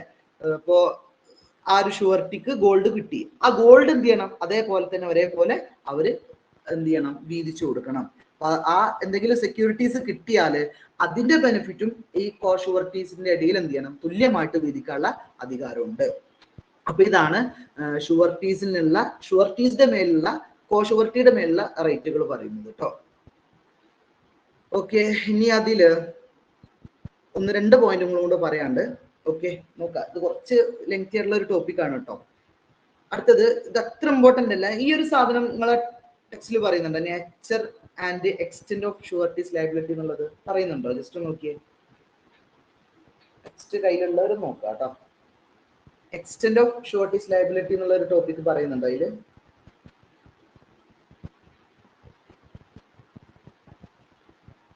ഓക്കെ, ഞാൻ ജസ്റ്റ് ഒന്ന് ഓടിച്ചു പറയാം, അത്ര വലിയ ഇമ്പോർട്ടന്റ് അല്ല, ചുമ്മാ നോക്കിയാൽ മതി കേട്ടോ. നമ്മൾ പറഞ്ഞു ഷുവർട്ടിയുടെ ലയബിലിറ്റി എന്താണ്, സെക്കൻഡറി ലയബിലിറ്റി ആണ്. ഓക്കെ, ഈ ടോപ്പിക്കിൽ പറയുന്നില്ല, അപ്പൊ ഞാൻ ജസ്റ്റ് ഒന്ന് ഓടിച്ചു പറയണം, അത്ര നിങ്ങൾ മെയിൻ ചെയ്യണ്ട. ഷുവർട്ടിയുടെ ലയബിലിറ്റി സെക്കൻഡറി ആണ് അല്ലെ? അല്ലേ വേണ്ട, ആ ഒരു ഭാഗം സ്കിപ്പ് ചെയ്യണം കേട്ടോ, അത് നിങ്ങളുടെ ടെക്സ്റ്റിൽ പറയുന്നില്ല. ഓക്കെ, അതുകൊണ്ട് അത് സ്കിപ്പ് ചെയ്യാണ്. ഇത് പറയുന്നില്ല. Okay, discharge of surety from liability, ഈ ഒരു ടോപ്പിക് അതിൽ പറയുന്നില്ല. നോക്കിയേ, discharge of surety from liability. Yes, okay, അത് നമുക്ക് പറയാം. ഇത് നമ്മൾ നേരത്തെ പറഞ്ഞത് തന്നെ കേട്ടോ, നേരത്തെ പറഞ്ഞൊരു ടോപ്പിക് തന്നെയാണ്. അതായത് ഈ ഷുവർട്ടിക്ക് തന്റെ ലയബിലിറ്റി എപ്പോഴാണ് ഒഴിവാക്കാൻ പറ്റുക? നേരത്തെ നമ്മൾ ഇതിന്റെ ഒരു ചെറിയൊരു ഭാഗം പറഞ്ഞിട്ടുണ്ട്, ടച്ച് ചെയ്ത് പോയിട്ടുണ്ട്. അതായത് ഷുവർട്ടിക്ക് എന്ത് ചെയ്യാം, ആ ഒരു കോൺട്രാക്ട് പിൻവലിക്കാൻ പറ്റും, ആ കോൺട്രാക്റ്റിൽ നിന്ന് മാറി നിൽക്കാൻ പറ്റും. ആ കേസുകൾ അവർ, ഇത് ഇമ്പോർട്ടന്റ് ആണ് കേട്ടോ, ചോദിക്കാൻ സാധ്യത ഉണ്ട്. എപ്പോഴൊക്കെയാണ് ഷുവർട്ടിക്ക് തന്റെ ലയബിലിറ്റിയിൽ നിന്ന് മാറാൻ പറ്റുക, ഒഴിവാവാൻ പറ്റുക, അല്ലെങ്കിൽ അത് ക്യാൻസൽ ചെയ്യാൻ പറ്റുക? റിവോക്കേഷൻ എന്നുള്ള ടേം വെച്ച് നമ്മൾ നേരത്തെ പറഞ്ഞിട്ടുണ്ട്. ആ പോയിന്റാണ് തന്നെയാണ് ഇവിടെ വീണ്ടും റിപ്പീറ്റ് ചെയ്യുന്നത്. നോക്കാം. ഒന്ന്, discharge of surety by revocation. ഇത് നമ്മൾ നേരത്തെ പറഞ്ഞിട്ടുണ്ട് അല്ലെ, അതുകൊണ്ട് ഞാൻ പറയുന്നില്ല. നോക്കിയേ, ഗിവ് നോട്ടീസിലെ ഒരു നോട്ടീസ് കൊടുത്തിട്ട് എന്ത് ചെയ്യാം, നമ്മുടെ ഷുവർട്ടിക്ക് ആ കോൺട്രാക്റ്റിൽ നിന്നും പിൻവലിയാം. യെസ്, ഇത് വളരെ ഇമ്പോർട്ടന്റ് ആണ്, 5 മാർക്കിന് ചോദിക്കാൻ സാധ്യത ഉണ്ട്. അടുത്തത് റിവോക്കേഷൻ ബൈ ഡെത്ത്. അത് നമ്മൾ പറഞ്ഞു, ഷുവർട്ടി തട്ടിപ്പോയാൽ അല്ലെ, ഷുവർട്ടി മരണപ്പെട്ടു പോയാൽ എന്ത് ചെയ്യാം, സ്വാഭാവികമായിട്ടും അതിൽ നിന്ന് അയാൾക്ക് പിൻവലിയാം. അടുത്തത് റിവോക്കേഷൻ ബൈ നോവേഷൻ. ഈ ഒരു ടേം നമ്മൾ നേരത്തെ പറഞ്ഞിട്ടുണ്ട് അല്ലെ. ഷുവർട്ടി അറിയാതെ എന്തെങ്കിലും അതിൽ എഡിറ്റിംഗ് വരുത്തി, ആ കോൺട്രാക്റ്റിൽ അവർ നമ്മളെ ഡെപ്റ്ററും ക്രെഡിറ്ററും കൂടെ എന്തെങ്കിലും എഡിറ്റിംഗ് വരുത്തി അല്ലെ, എന്തെങ്കിലും അതിൽ പുതിയ സാധനങ്ങൾ ആഡ് ചെയ്തു, സ്വാഭാവികമായിട്ടും എന്ത് ചെയ്യും, ഷുവർട്ടിക്ക് അതിൽ നിന്നും പിൻവലിക്കാൻ പറ്റും. കാരണം അയാളെ സമ്മതമല്ല, അയാളോട് പറഞ്ഞിട്ടില്ല. അപ്പൊ ഒന്നാമത്തെ കേസ് നമ്മൾ പറഞ്ഞത് റിവോക്കേഷൻ എന്നുള്ളതാണ്. അപ്പൊ അതിൽ 3 പോയിന്റ് പറഞ്ഞു, ഓർത്തു വെക്കുക. അടുത്ത രണ്ടാമത്തേത് discharge of surety by the conduct of the creditor. ക്രെഡിറ്ററുടെ എന്തെങ്കിലും ഇടപെടൽ മൂലം ഷുവർട്ടിക്ക് പിൻവലിയാൻ പറ്റും, അഥവാ ഷുവർട്ടിക്ക് ആ കോൺട്രാക്റ്റിൽ നിന്നും റിവോക്ക് ചെയ്യാൻ പറ്റും, അല്ലെങ്കിൽ വിഡ്രോ ചെയ്യാൻ പറ്റും, ക്യാൻസൽ ചെയ്യാൻ പറ്റും. എന്താ? ഒന്ന്, by variance in terms of contract. ശ്രദ്ധിച്ചോളി, by variance in terms of contract. കോൺട്രാക്റ്റിലുള്ള ടേംസിൽ നോക്കിയേ, if the without the consent of surety, ഷുവർട്ടിയുടെ അനുമതി ഇല്ലാതെ ദ ക്രെഡിറ്റർ കേട്ടോ മേക്സ് എനി മെറ്റീരിയൽ ചേഞ്ച്, നമ്മുടെ കോൺട്രാക്റ്റിൽ എന്ത് ചെയ്തു, എന്തെങ്കിലും ചേഞ്ച് വരുത്തി. ആര് നമ്മുടെ ക്രെഡിറ്റർ. ആരോട് ചോദിക്കാതെ? ഷുവർട്ടിനോട് ചോദിക്കാതെ. ഒരു ഉദാഹരണം, അപ്പൊ ഞാൻ നേരത്തെ പറഞ്ഞല്ലോ, ഞാൻ വീട് വാടകയ്ക്ക് വാങ്ങി, ഒരു 5000 രൂപക്കാണ് വാടകയ്ക്ക് വാങ്ങിയിട്ടുള്ളത് എക്സിന്റെ അടുത്തുനിന്ന് അല്ലെ. എക്സ് എന്ത് ചെയ്തു, ഷുവർട്ടിനോട് ചോദിക്കാതെ ആ വാടകന്റെ എമൗണ്ട് കൂട്ടി 5000 ഉള്ളത് 6000 ആക്കി മാറ്റി. ആരോട് സമ്മതം വാങ്ങിയിട്ടില്ല? ഷുവർട്ടിനോട് സമ്മതം വാങ്ങിയിട്ടില്ല. സ്വാഭാവികമായിട്ടും ഷുവർട്ടിക്ക് എന്ത് ചെയ്യാം, ആ പേര് പറഞ്ഞ് ഈ കോൺട്രാക്റ്റിൽ നിന്ന്, അല്ലെങ്കിൽ ഈ കോൺട്രാക്റ്റിൽ നിന്ന് വിഡ്രോ ചെയ്യാം. കാരണം എന്താ, അയാളോട് പറയാതെയാണ് ഒരു മെറ്റീരിയൽ ചേഞ്ച് ആണ് വളരെ ഇമ്പോർട്ടന്റ് ആയ ഒരു ചേഞ്ച്, വലിയൊരു മാറ്റം ആ കോൺട്രാക്റ്റിൽ വരുത്തിയത്. സ്വാഭാവികമായിട്ടും എന്ത് ചെയ്യാം, ആ പേര് പറഞ്ഞിട്ട് നമ്മൾ ഷുവർട്ടിക്ക് അതിൽ നിന്ന് പിൻവലിയാൻ പറ്റും. അപ്പൊ ഫസ്റ്റ് കേസ് ഒന്ന് ഓർത്ത് വെക്കേ. എന്താ പറഞ്ഞേ, ഇതിങ്ങനെ എന്ത് ചെയ്യാ, നിങ്ങൾ ഇങ്ങനെ നോട്ട് ചെയ്താൽ മതി. കറക്റ്റ് ഇങ്ങനെ ഞാൻ പറയുന്ന ക്ലാസ് ഇട്ടിട്ട് ഇങ്ങനെ എഴുതി വെച്ച് പോയാൽ മതി, അതാ ഏറ്റവും നല്ലത്. അപ്പോ ഒന്നാമത്തെ കേസ് എന്താ പറഞ്ഞേ, നമ്മളെ ക്രെഡിറ്റർ ആ കോൺട്രാക്റ്റിലെ കോൺട്രാക്റ്റിൽ എന്ത് ചെയ്തു, വലിയൊരു ചേഞ്ച് ഉണ്ടാക്കി, വലിയൊരു മാറ്റം ഉണ്ടാക്കി. ആരോട് ചോദിക്കാണ്ട്? ഷുവർട്ടിനോട് ചോദിക്കാണ്ട് എന്തെങ്കിലും വലിയൊരു ചേഞ്ച് ഉണ്ടാക്കി. സ്വാഭാവികമായിട്ടും എന്ത് ചെയ്യാം, ആ പേര് പറഞ്ഞ ഷുവർട്ടിക്ക് അതിൽ നിന്ന് പിൻവലിയാൻ പറ്റും. First case. ദെൻ രണ്ടാമത്തെ case, by release or discharge of the principal debtor. അതായത് ഡെപ്റ്റർ എന്ത് ചെയ്തു, ആ പൈസ തിരിച്ചു കൊടുത്തു. ആർക്ക്? ക്രെഡിറ്റർക്ക് തിരിച്ചു കൊടുത്തു. അതാണ് ഡിസ്ചാർജ് എന്ന് പറയുന്നത്. ഓക്കെ, അങ്ങനെയാണെങ്കിൽ സ്വാഭാവികം എന്ത് ചെയ്യാം, പിന്നെ ഷുവർട്ടിയുടെ ആവശ്യം അവിടെ അല്ലല്ലോ. ഷുവർട്ടിക്ക് എന്ത് ചെയ്യാം, അതിൽ നിന്ന് സ്വാഭാവികമായിട്ടും പിൻവലിയാൻ പറ്റും. മൂന്നാമത്തത്, കോമ്പോസിഷൻ വിത്ത് ഡെപ്റ്റർ. ശ്രദ്ധിച്ചോളി, കോമ്പോസിഷൻ വിത്ത് ഡെപ്റ്റർ. അതായത് if the creditor without the consent, ഇവിടൊക്കെ പറയുന്ന ഒരു ടേം ഉണ്ട് കേട്ടോ, without the consent of surety, ഷുവർട്ടിയുടെ അനുമതി ഇല്ലാണ്ട് makes an arrangement with the debtor, ഡെപ്റ്ററുമായിട്ട് ഒരു അറേഞ്ച്മെന്റ് ഉണ്ടാക്കി. ആരോട് ചോദിക്കാണ്ട്? നമ്മളെ ഷുവർട്ടിനോട് ചോദിക്കാണ്ട് നമ്മളെ ക്രെഡിറ്ററും ഡെപ്റ്ററും തമ്മിൽ ഒരു അറേഞ്ച്മെന്റ് ഉണ്ടാക്കി. ഏതില്? നമ്മളെ കോൺട്രാക്റ്റിൽ. സ്വാഭാവികമായിട്ടും ഈ പേര് പറഞ്ഞിട്ട് ഷുവർട്ടിക്ക് അതിൽ നിന്ന് പിൻവലിയാൻ പറ്റും. കാരണം എന്ത്? അയാളോട് ചോദിച്ചിട്ടില്ല, അവർ രണ്ടുപേരും മാത്രം കൂടി ഇരുന്ന് ആലോചിച്ചുണ്ടാക്കിയ ഒരു മാറ്റാണ്. സ്വാഭാവികമായിട്ടും എന്ത് ചെയ്യാം, ആ പേര് പറഞ്ഞിട്ട് നമ്മളെ ഷുവർട്ടിക്ക് പിൻവലിയാം. നമ്മൾ പറയുന്നത് എന്താണ്? ഷുവർട്ടിക്ക് ആ കോൺട്രാക്റ്റിൽ നിന്നും പിൻവലിയാനുള്ള ചാൻസുകളാണ്. ഇനി അടുത്ത് ബൈ ലോസ് ഓഫ് സെക്യൂരിറ്റി. നമ്മൾ നേരത്തെ പറഞ്ഞിട്ടുണ്ട്, നമ്മുടെ ആ സെക്യൂരിറ്റി ആയിട്ട് വെച്ച സാധനം നഷ്ടപ്പെട്ടു. അങ്ങനെയാണെങ്കിൽ സ്വാഭാവികമായിട്ടും എന്ത് ചെയ്യാം, ഷുവർട്ടിക്ക് അതിൽ നിന്ന് പിൻവലിയാം. അടുത്ത case, creditors act or omission impaired sureties remedy. അതായത് നോക്കിയേ, if the creditor does any act which against the rights of surety, ഷുവർട്ടിയുടെ അവകാശങ്ങൾക്കെതിരെ ആര് ആക്ട് ചെയ്തു? ഷുവർട്ടിയുടെ കുറെ റൈറ്റ്സ് നമ്മൾ ഓൾറെഡി പഠിച്ചിട്ടുണ്ട്. ആ ഷുവർട്ടിയുടെ റൈറ്റ്സിനെതിരെ ക്രെഡിറ്റർ ആക്ട് ചെയ്തു അല്ലെ? അപ്പൊ ഷുവർട്ടിക്കുള്ള റൈറ്റ്സ് ഉണ്ട്, അപ്പൊ ആ റൈറ്റ്സിനെതിരെ ക്രെഡിറ്റർ ആക്ട് ചെയ്തു. അങ്ങനെയാണെങ്കിൽ എന്ത് ചെയ്യാം, ആ പേര് പറഞ്ഞിട്ട് ഷുവർട്ടിക്ക് അതിൽ നിന്നും പിൻവലിയാം. അപ്പൊ നമ്മൾ പറഞ്ഞത് ഷുവർട്ടിക്ക് ആ ഗ്യാരണ്ടിയിൽ നിന്നും പിൻവലിയാനുള്ള ഓപ്ഷൻസ്, ഫസ്റ്റ് ഓപ്ഷൻ നമ്മൾ പറഞ്ഞു റിവോക്കേഷൻ എന്നുള്ളത്. രണ്ടാമത്തെ ഓപ്ഷൻ പറഞ്ഞു ക്രെഡിറ്ററുടെ ചില കണ്ടക്റ്റുകൾ, ചില സ്വഭാവങ്ങൾ, അതുമൂലം എന്ത് ചെയ്യാം, അതിൽ നിന്ന് പിൻവലിയാൻ പറ്റും. ദെൻ മൂന്നാമത്തെ ഒരു കേസും കൂടെ അവിടെ പറയുന്നുണ്ട്, discharge of surety by invalidation of contract. Invalidation of contract, കോൺട്രാക്റ്റുമായി ബന്ധപ്പെട്ട എന്തെങ്കിലും പ്രശ്നങ്ങൾ. നോക്കിയേ, guarantee obtained by the misrepresentation. അവരെന്ത് ചെയ്തു പറയാം, നമ്മളെ ഷുവർട്ടിയെ തെറ്റിദ്ധരിപ്പിച്ചു. ഇപ്പൊ ഒരു ഉദാഹരണം, അവര് ഇപ്പോ നമ്മളെ അവരെന്ന് ഉദ്ദേശിക്കുന്നത് നമ്മളെ ഡെപ്റ്ററും ക്രെഡിറ്ററും അവരെന്ത് ചെയ്യുന്നുണ്ട്, ഒരു ഇല്ലീഗൽ ആക്ടിവിറ്റീസിനാണ് അവർ കോൺട്രാക്ട് ഉണ്ടാക്കിയത്. ഇപ്പൊ സപ്പോസ് ഒരു കഞ്ചാവ് വിൽപ്പനക്ക് വേണ്ടിയിട്ടാണ് അവർ കോൺട്രാക്ട് ഉണ്ടാക്കിയത്. ഇത് ആർക്കറിയില്ല, നമ്മളെ ഷുവർട്ടിക്ക് അറിയില്ല. അപ്പൊ ഷുവർട്ടിയെ മിസ്റെപ്രസെന്റ് ചെയ്തിട്ട് അല്ലെ, അയാളെ തെറ്റിദ്ധരിപ്പിച്ചുകൊണ്ടാണ് അവർ കോൺട്രാക്ട് ഉണ്ടാക്കിയത്. അങ്ങനത്തെ ഒരു കേസിൽ എന്ത് ചെയ്യാം, അത് പിന്നീട് തിരിച്ചറിയുമ്പോൾ ഷുവർട്ടിക്ക് അതിൽ നിന്ന് പിൻവലിയാൻ പറ്റും. അടുത്തത്, ഗ്യാരണ്ടി ഒബ്റ്റൈൻഡ് ബൈ കൺസീൽമെന്റ്. ഷുവർട്ടിയെ ചതിച്ചുകൊണ്ട്, കൺസീൽമെന്റ് എന്ന് പറഞ്ഞതാണ്, ഷുവർട്ടിയെ ചതിച്ചുകൊണ്ടാണ് അവരെന്ത് ചെയ്യുന്നത്, ഒരു കോൺട്രാക്ട് ഉണ്ടാക്കുന്നത്. അതായത് സൈലൻസ് ഓഫ് മെറ്റീരിയൽ സർക്കംസ്റ്റൻസ്. ആ കോൺട്രാക്റ്റുമായി ബന്ധപ്പെട്ട ഏറ്റവും ഇമ്പോർട്ടന്റ് ആയ കുറെ കാര്യങ്ങൾ ആരോട് പറഞ്ഞിട്ടില്ല, നമ്മളെ ഷുവർട്ടിനോട് പറഞ്ഞിട്ടില്ല. അഥവാ ഷുവർട്ടിയെ ചതിക്കുന്ന രൂപത്തിലാണ് അവർ ആ ഒരു കോൺട്രാക്ട് ഉണ്ടാക്കിയിട്ടുള്ളത്. സ്വാഭാവികമായിട്ടും എന്ത് ചെയ്യാം, അത് പിന്നീട് തിരിച്ചറിഞ്ഞാൽ നമ്മുടെ ഷുവർട്ടിക്ക് അതിൽ നിന്ന് പിൻവലിയാൻ പറ്റും. ഇതിനടുത്തത്, lack of essential element of valid contract. Okay, നമുക്കറിയാം വാലിഡ് കോൺട്രാക്ടിന്റെ എലമെന്റ്സ് നമ്മൾ പഠിച്ചിട്ടുണ്ട് അല്ലെ. ഇപ്പോ സപ്പോസ് ഇവിടെ നമ്മുടെ ക്രെഡിറ്ററോ ഡെപ്റ്റർക്കോ മൈനറാണ്, മൈനർക്ക് എന്ത് ചെയ്യാൻ പറ്റില്ല, കോൺട്രാക്റ്റിൽ ഏർപ്പെടാൻ പറ്റില്ല, നമ്മൾ പഠിച്ചിട്ടുണ്ട് അല്ലെ. അപ്പൊ സ്വാഭാവികം എന്ത് ചെയ്യാം, ആ പെരുമാറുന്ന ഷുവർട്ടിക്ക് അതിൽ നിന്ന് പിൻവലിയാം. അപ്പൊ നമ്മൾ വാലിഡ് കോൺട്രാക്റ്റിന് കുറെ എലമെന്റ്സ് പഠിച്ചിട്ടുണ്ട്. ഫോർ എക്സാമ്പിൾ, ഇപ്പൊ ഫ്രീ കൺസെന്റ് നമ്മൾ പഠിച്ചിട്ടുണ്ട് അല്ലെ. ഫ്രീ മൈൻഡോട് കൂടെ ആവണം അവരെന്ത് ചെയ്യേണ്ടത്, കോൺട്രാക്റ്റിൽ ഏർപ്പെടേണ്ടത്. അപ്പൊ ആ ഫ്രീ കൺസെന്റ് എന്നുള്ള ഒരു കോൺസെപ്റ്റ് അവിടെ പാലിച്ചില്ല എന്ന് വെച്ചോളി. അപ്പൊ ഷുവർട്ടിക്ക് എന്ത് ചെയ്യാം, ആ പേര് പറഞ്ഞിട്ട് അതിൽ നിന്ന് പിൻവലിയാൻ പറ്റും. അപ്പോ ഒരു കോൺട്രാക്റ്റിന്, ഒരു വാലിഡ് കോൺട്രാക്റ്റിന് ആവശ്യമായിട്ടുള്ള എന്തൊക്കെ എസെൻഷ്യൽസ് ഉണ്ടോ അതൊക്കെ അവിടെ ഫോളോ ചെയ്യണം. അത് ഫോളോ ചെയ്തിട്ടില്ലെങ്കിൽ എന്ത് ചെയ്യാം, ആ പേര് പറഞ്ഞിട്ട് ഷുവർട്ടിക്ക് അതിൽ നിന്ന് പിൻവലിയാം. അടുത്തത്, ഫെയിലിയർ ഓഫ് കൺസിഡറേഷൻ. ഇപ്പോ കൺസിഡറേഷന് അഥവാ ഷുവർട്ടി പറയാണ്, ഓക്കെ ഞാൻ ഇതില് ഗ്യാരണ്ടി നിൽക്കാം, എനിക്ക് എന്തെങ്കിലും കൺസിഡറേഷൻ വേണം, എനിക്ക് ഇത്ര പൈസ തരണം എന്ന് വേണമെങ്കിൽ ഷുവർട്ടിക്ക് എന്ത് ചെയ്യാം, കണ്ടീഷൻ വെക്കാം. ഓക്കെ, കാരണം അയാളുടെ ഒരു ഗ്യാരണ്ടി കൊടുക്കാണല്ലോ. അപ്പൊ അങ്ങനെ എന്തെങ്കിലും കൺസിഡറേഷൻ വെച്ചിട്ടുണ്ടെങ്കിൽ ആ കൺസിഡറേഷൻ അയാൾക്ക് കിട്ടിയിട്ടില്ലെങ്കിൽ എന്ത് ചെയ്യാം, അയാൾക്ക് പിൻവലിയാം. നോർമലി അങ്ങനെ ഒരു സംഭവം ഉണ്ടാവില്ല, പക്ഷെ അയാൾ ഡിമാൻഡ് ചെയ്യാണ്, എനിക്ക് ഇത്ര കൺസിഡറേഷൻ വേണം എന്നുള്ള സാധനം അയാൾ ഡിമാൻഡ് ചെയ്യണം. അങ്ങനെയാണെങ്കിൽ ആ കൺസിഡറേഷൻ അദ്ദേഹത്തിന് കിട്ടിയിട്ടില്ലെങ്കിൽ എന്ത് ചെയ്യാം, അയാൾക്ക് അതിൽ നിന്ന് പിൻവലിയാം. The last condition regarding to joining co surety. നമ്മുടെ ഷുവർട്ടി പറയാണ് എനിക്ക് ഒറ്റക്ക് ഇത് താങ്ങൂല, എനിക്ക് ആരും വേണം, കോ ഷുവർട്ടി കൂടെ വേണമെന്ന് ആര് പറഞ്ഞു? നമ്മുടെ ഷുവർട്ടി പറഞ്ഞു. പക്ഷെ ആ കോൺട്രാക്റ്റിൽ അവർ ആരെ വെച്ചുകൊടുത്തില്ല? കോ ഷുവർട്ടിനെ വെച്ചുകൊടുത്തില്ല. സ്വാഭാവികമായിട്ട് എന്ത് ചെയ്യാം, നമ്മളെ ഷുവർട്ടിക്ക് ആ പേര് പറഞ്ഞിട്ട് അതിൽ നിന്നും പിൻവലിയാൻ പറ്റും.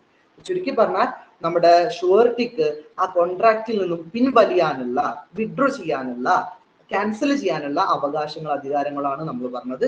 അത് ഇമ്പോർട്ടന്റ് ആണ്, ഒന്ന് നോട്ട് ചെയ്യുക കേട്ടോ.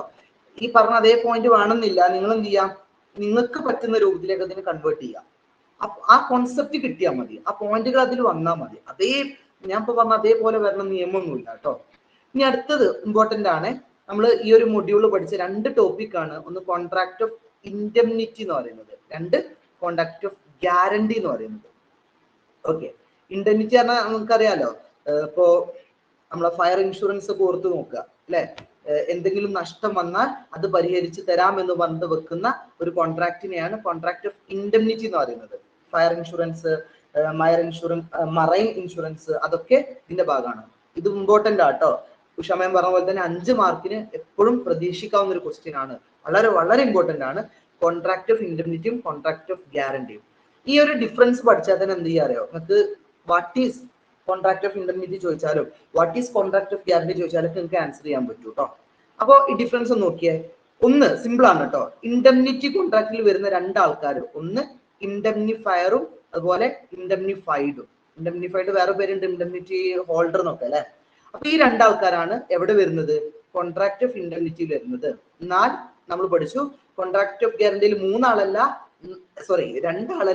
3 ആളുകൾ വരുന്നുണ്ട്, 3 പാർട്ടീസ് വരുന്നുണ്ട് അല്ലെ. നമുക്കറിയാം, ഒന്ന് ക്രെഡിറ്റർ, ഒന്ന് ഡെപ്റ്റർ, പ്രിൻസിപ്പൽ ഡെപ്റ്റർ, ഒന്ന് ഷുവർട്ടി, അങ്ങനെ 3 ആളുകൾ ഇവിടെ വരുന്നുണ്ട്. അപ്പൊ ഇൻഡെംനിറ്റിയിൽ 2 ആളെ വരുന്നുള്ളൂ, ഗ്യാരണ്ടിയിൽ എത്ര ആൾ വരുന്നുണ്ട്? 3 ആൾ വരുന്നുണ്ട്. അപ്പൊ അതാണ് ഫസ്റ്റ് ഡിഫറൻസ്.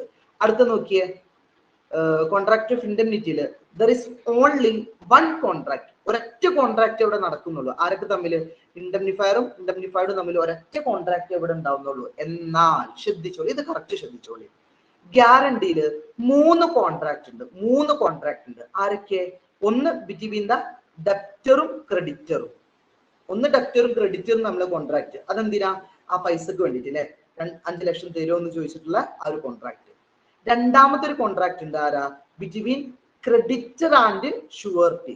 ക്രെഡിറ്ററും ഷുവർട്ടിയും തമ്മിലൊരു കോൺട്രാക്ട്. അതെന്തിനാ? ഈ പൈസ ഇയാൾ തന്നിട്ടില്ലെങ്കിൽ ഞാൻ തരാം, ഡെപ്റ്റർ തന്നിട്ടില്ലെങ്കിൽ ഞാൻ തരാം എന്ന് പറഞ്ഞിട്ട് ഷുവർട്ടിയും ക്രെഡിറ്ററും തമ്മിലൊരു കോൺട്രാക്ട് ഉണ്ടാകുന്നുണ്ട്. മൂന്നാമത്തെ ഒരു കോൺട്രാക്ട് ഉണ്ട്, ആരാ? Between surety and debtor. ഇതെപ്പോഴാ? ഷുവർട്ടി പൈസ കൊടുത്തു, എന്നിട്ട് എന്ത് ചെയ്യാം? ഷുവർട്ടിക്ക് ആ പൈസ ആരെടുത്ത് തന്നെ ഈടാക്കാൻ പറ്റും? നമ്മളെ ഡെപ്റ്റർ എടുത്ത് തന്നെ തിരിച്ചു വാങ്ങാൻ പറ്റും അല്ലെ. നമ്മൾ പറഞ്ഞു അയാൾക്കെതിരെ കേസ് കൊടുത്തിട്ട് എന്ത് ചെയ്യാം? ആ പൈസ അയാൾക്ക് തിരിച്ചു വാങ്ങാൻ പറ്റും. അപ്പൊ സത്യത്തിൽ 3 കോൺട്രാക്ട് ഇവിടെ ഉണ്ടാവുന്നുണ്ട്. ഒന്ന് പ്രിൻസിപ്പൽ ഡെപ്റ്ററും ക്രെഡിറ്ററും തമ്മില്, 2 ക്രെഡിറ്ററും ഷുവർട്ടിയും തമ്മില്, 3 ഷുവർട്ടിയും ഡെപ്റ്ററും തമ്മില്. ഇങ്ങനെ 3 കോൺട്രാക്റ്റുകൾ ഒരൊറ്റ ഗ്യാരണ്ടി ഓഫ് കോൺട്രാക്റ്റിന്റെ മേലിൽ ഉണ്ടാവുന്നുണ്ട്. അതൊന്ന് ഓർത്തു വെക്കുക. ഇതിനടുത്തത് the liability of indemnifier is primary. നമുക്കറിയാം ഇൻഡെംനിഫയറുടെ ലയബിലിറ്റി പ്രൈമറി ആണ് അല്ലെ. ഇവിടെ നമുക്കറിയാം ഷുവർട്ടിയുടെ ലയബിലിറ്റി സെക്കൻഡറി ആണ്. നമ്മൾ ഓൾറെഡി പഠിച്ചിട്ടുണ്ട്. ഇതിനടുത്തത് indemnifier need not act the request of indemnified. ഇവിടെ ഇൻഡെംനിഫൈഡ് റിക്വസ്റ്റിനനുസരിച്ച് പ്രവർത്തിക്കേണ്ട ആവശ്യമൊന്നുമില്ല. അവിടെ ആ നഷ്ടം, ഇപ്പൊ ഫയർ ഇൻഷുറൻസ് അടുത്തെങ്കിൽ ആ സ്ഥാപനം കത്തി നശിച്ചാൽ മാത്രമേ അവിടെ ആ ഒരു കോൺട്രാക്ട് ഉണ്ടാവുള്ളൂ, അല്ലെങ്കിൽ ഉണ്ടാവില്ല. ഓക്കെ, അപ്പൊ അയാളുടെ റിക്വസ്റ്റ് അനുസരിച്ച് ഇയാൾ വർക്ക് ചെയ്യേണ്ട ആവശ്യമൊന്നുമില്ല. എന്നാൽ surety act the request of the principal debtor. ഡെപ്റ്ററുടെ, ശ്രദ്ധിച്ചോളി, ഡെപ്റ്ററുടെ റിക്വസ്റ്റിനനുസരിച്ച് ഷുവർട്ടിക്ക് ഇവിടെ വർക്ക് ചെയ്യേണ്ടി വരും അല്ലെ. ഇപ്പൊ സപ്പോസ് ഡെപ്റ്റർക്ക് പൈസ കൊടുക്കാൻ പറ്റിയില്ല, അപ്പൊ ഡെപ്റ്റർ പറയാണ് ഷുവർട്ടിനോട് എനിക്ക് കഴിയുന്നില്ല, നിങ്ങളൊന്ന് കൊടുക്കി എന്ന് പറഞ്ഞിട്ട് എന്ത് ചെയ്യാം? ഡെപ്റ്റർക്ക് ആരോട് പറയാം? റിക്വസ്റ്റ് ചെയ്യാം, ഷുവർട്ടിനോട് റിക്വസ്റ്റ് ചെയ്യാം. അപ്പൊ എന്ത് ചെയ്യും? ഷുവർട്ടി ആ പൈസ കൊടുക്കും. പിന്നീട് എന്ത് ചെയ്യണം? ഡെപ്റ്റർ ആർക്ക് കൊടുത്തിരിക്കണം? ഷുവർട്ടി കൊടുക്കണം. അപ്പൊ ഇവിടെ ഡെപ്റ്റർക്ക് എന്ത് ചെയ്യാം? ഷുവർട്ടിനോട് റിക്വസ്റ്റ് ചെയ്യാനുള്ള ഒരു അധികാരം കൂടെ, ഒരു അവകാശം കൂടെ ഉണ്ട്. ദെൻ അടുത്തത് the liability of indemnifier arises only on happening in the contingency. നമ്മൾ പറഞ്ഞു ആ ഇവന്റ് ഉണ്ടായാൽ മാത്രമേ ഇവിടെ എന്തുണ്ടാവുള്ളൂ? ഈ കോൺട്രാക്ട് ഉണ്ടാവുള്ളൂ. ഇപ്പൊ ഫയർ ഇൻഷുറൻസ് ആണ് അടുത്തുള്ളത്. എന്റെ സ്ഥാപനം കത്തി നശിച്ചാൽ മാത്രമേ അവിടെ ആ കോൺട്രാക്ട് ഉണ്ടാവുന്നുള്ളൂ, അല്ലെങ്കിൽ ഉണ്ടാവില്ല. ഓക്കെ, എന്നാൽ ഇവിടെ നോക്കിയാൽ ദർ ഇസ് എക്സിസ്റ്റ് ലയബിലിറ്റി, ആ ലയബിലിറ്റി നിലനിൽക്കും. ഏതുവരെ? The performance of which guarantee by the surety, ആ എമൗണ്ട് നമ്മളെ ഡക്ടർ തിരിച്ചു കൊടുക്കുന്നത് വരെ ആ ലയബിലിറ്റി അവിടെ നിലനിൽക്കും അല്ലെ. അതുവരെ ആ ഷുവർട്ടി അതിൽ ബാധ്യസ്ഥനാണ്. എപ്പോഴാണോ അയാൾ പൈസ തിരിച്ചു കൊടുക്കുന്നത് അന്നേ ആ കോൺട്രാക്ട് അവിടെ അവസാനിക്കുന്നുള്ളൂ. Then last, the object of indemnity is to compensate against loss. ആ ലോസിനെതിരെ എന്ത് ചെയ്യുന്നുണ്ട്? ആ നഷ്ടത്തിനെതിരെയാണ് അവിടെ ഇൻഡംനിറ്റിയിൽ, കോൺട്രാക്ട് ഓഫ് ഇൻഡംനിറ്റിയിൽ വർക്ക് ചെയ്യുന്നത്. ഇവിടെ the object of guarantee is not to provide security to the creditor. അതായത് സിമ്പിൾ ആയിട്ട് പറയുകയാണെങ്കിൽ ഇവിടെ നമുക്ക് കറക്റ്റ് പറയാൻ പറ്റില്ല എത്രയാണ് നഷ്ടം വരാന്ന് കറക്റ്റ് പറയാൻ പറ്റില്ല. എവിടെ? ഇൻഡംനിറ്റിയിൽ അത് കറക്റ്റ് സ്പെസിഫൈ ചെയ്യാൻ പറ്റില്ല അല്ലെ. ഇപ്പൊ സപ്പോസ് എന്റെ കട നശിച്ചാൽ, കത്തി നശിച്ചാൽ എന്നാണ് ഞാൻ അവിടെ ഗ്യാരണ്ടി ചെയ്തിട്ടുള്ളത്. നശിച്ചിട്ട് ചിലപ്പോ ഒരു 10 ലക്ഷം നഷ്ടം വരാം, ചിലപ്പോൾ 1 ലക്ഷം നഷ്ടം വരാം, ചിലപ്പോൾ 50,000 രൂപ നഷ്ടം വരാം. അതൊന്നും കൃത്യമായിട്ട് നമുക്ക് പറയാൻ പറ്റില്ല. എവിടെ? ഇൻഡംനിറ്റിയിൽ ആ നഷ്ടം, ആ ഒബ്ജക്റ്റിന്റെ നഷ്ടം എത്ര നമുക്ക് കൃത്യമായിട്ട് പറയാൻ പറ്റില്ല. എന്നാൽ ഇവിടെ ഗ്യാരണ്ടിയിൽ കറക്റ്റ് അറിയാം അല്ലെ. ഇപ്പോ ക്രെഡിറ്റർ ഡെപ്റ്റർക്ക് എത്രയാണ് എമൗണ്ട് കൊടുത്തത് നമുക്ക് എല്ലാവർക്കും അറിയാം. ഒരു 5 ലക്ഷം ആണെങ്കിൽ 5 ലക്ഷം, അതിൽ പിന്നെ മാറ്റമൊന്നുമില്ല. അപ്പൊ കൃത്യമായിട്ട് നമുക്ക് എന്ത് ചെയ്യാം? ആ ഒബ്ജക്റ്റ് അവിടെ സ്പെസിഫൈ ചെയ്യാൻ പറ്റും. ഇവിടെ ആ ഒബ്ജക്റ്റ് സ്പെസിഫൈ ചെയ്യാൻ പറ്റില്ല. ഇതാണ് contract of indemnity, contract of guarantee നമ്മുടെ ഡിഫറൻസ്. ഓക്കെ, അതോടുകൂടെ ഈ ഒരു ഭാഗം കംപ്ലീറ്റ് ആയിട്ടുണ്ട്. ഒരുപാട് കണ്ടന്റ് വരുന്ന ഒരു ഏരിയയാണ് ഈ കോൺട്രാക്ട് ഓഫ് ഗ്യാരണ്ടി. അതുപോലെ തന്നെ വളരെ ഇമ്പോർട്ടന്റ് ആണ് കേട്ടോ. ഓക്കെ, അപ്പൊ തൽക്കാലം ഈ ഒരു ഭാഗം ഇവിടെ നമ്മൾ വൈൻഡപ്പ് ചെയ്യാണ്.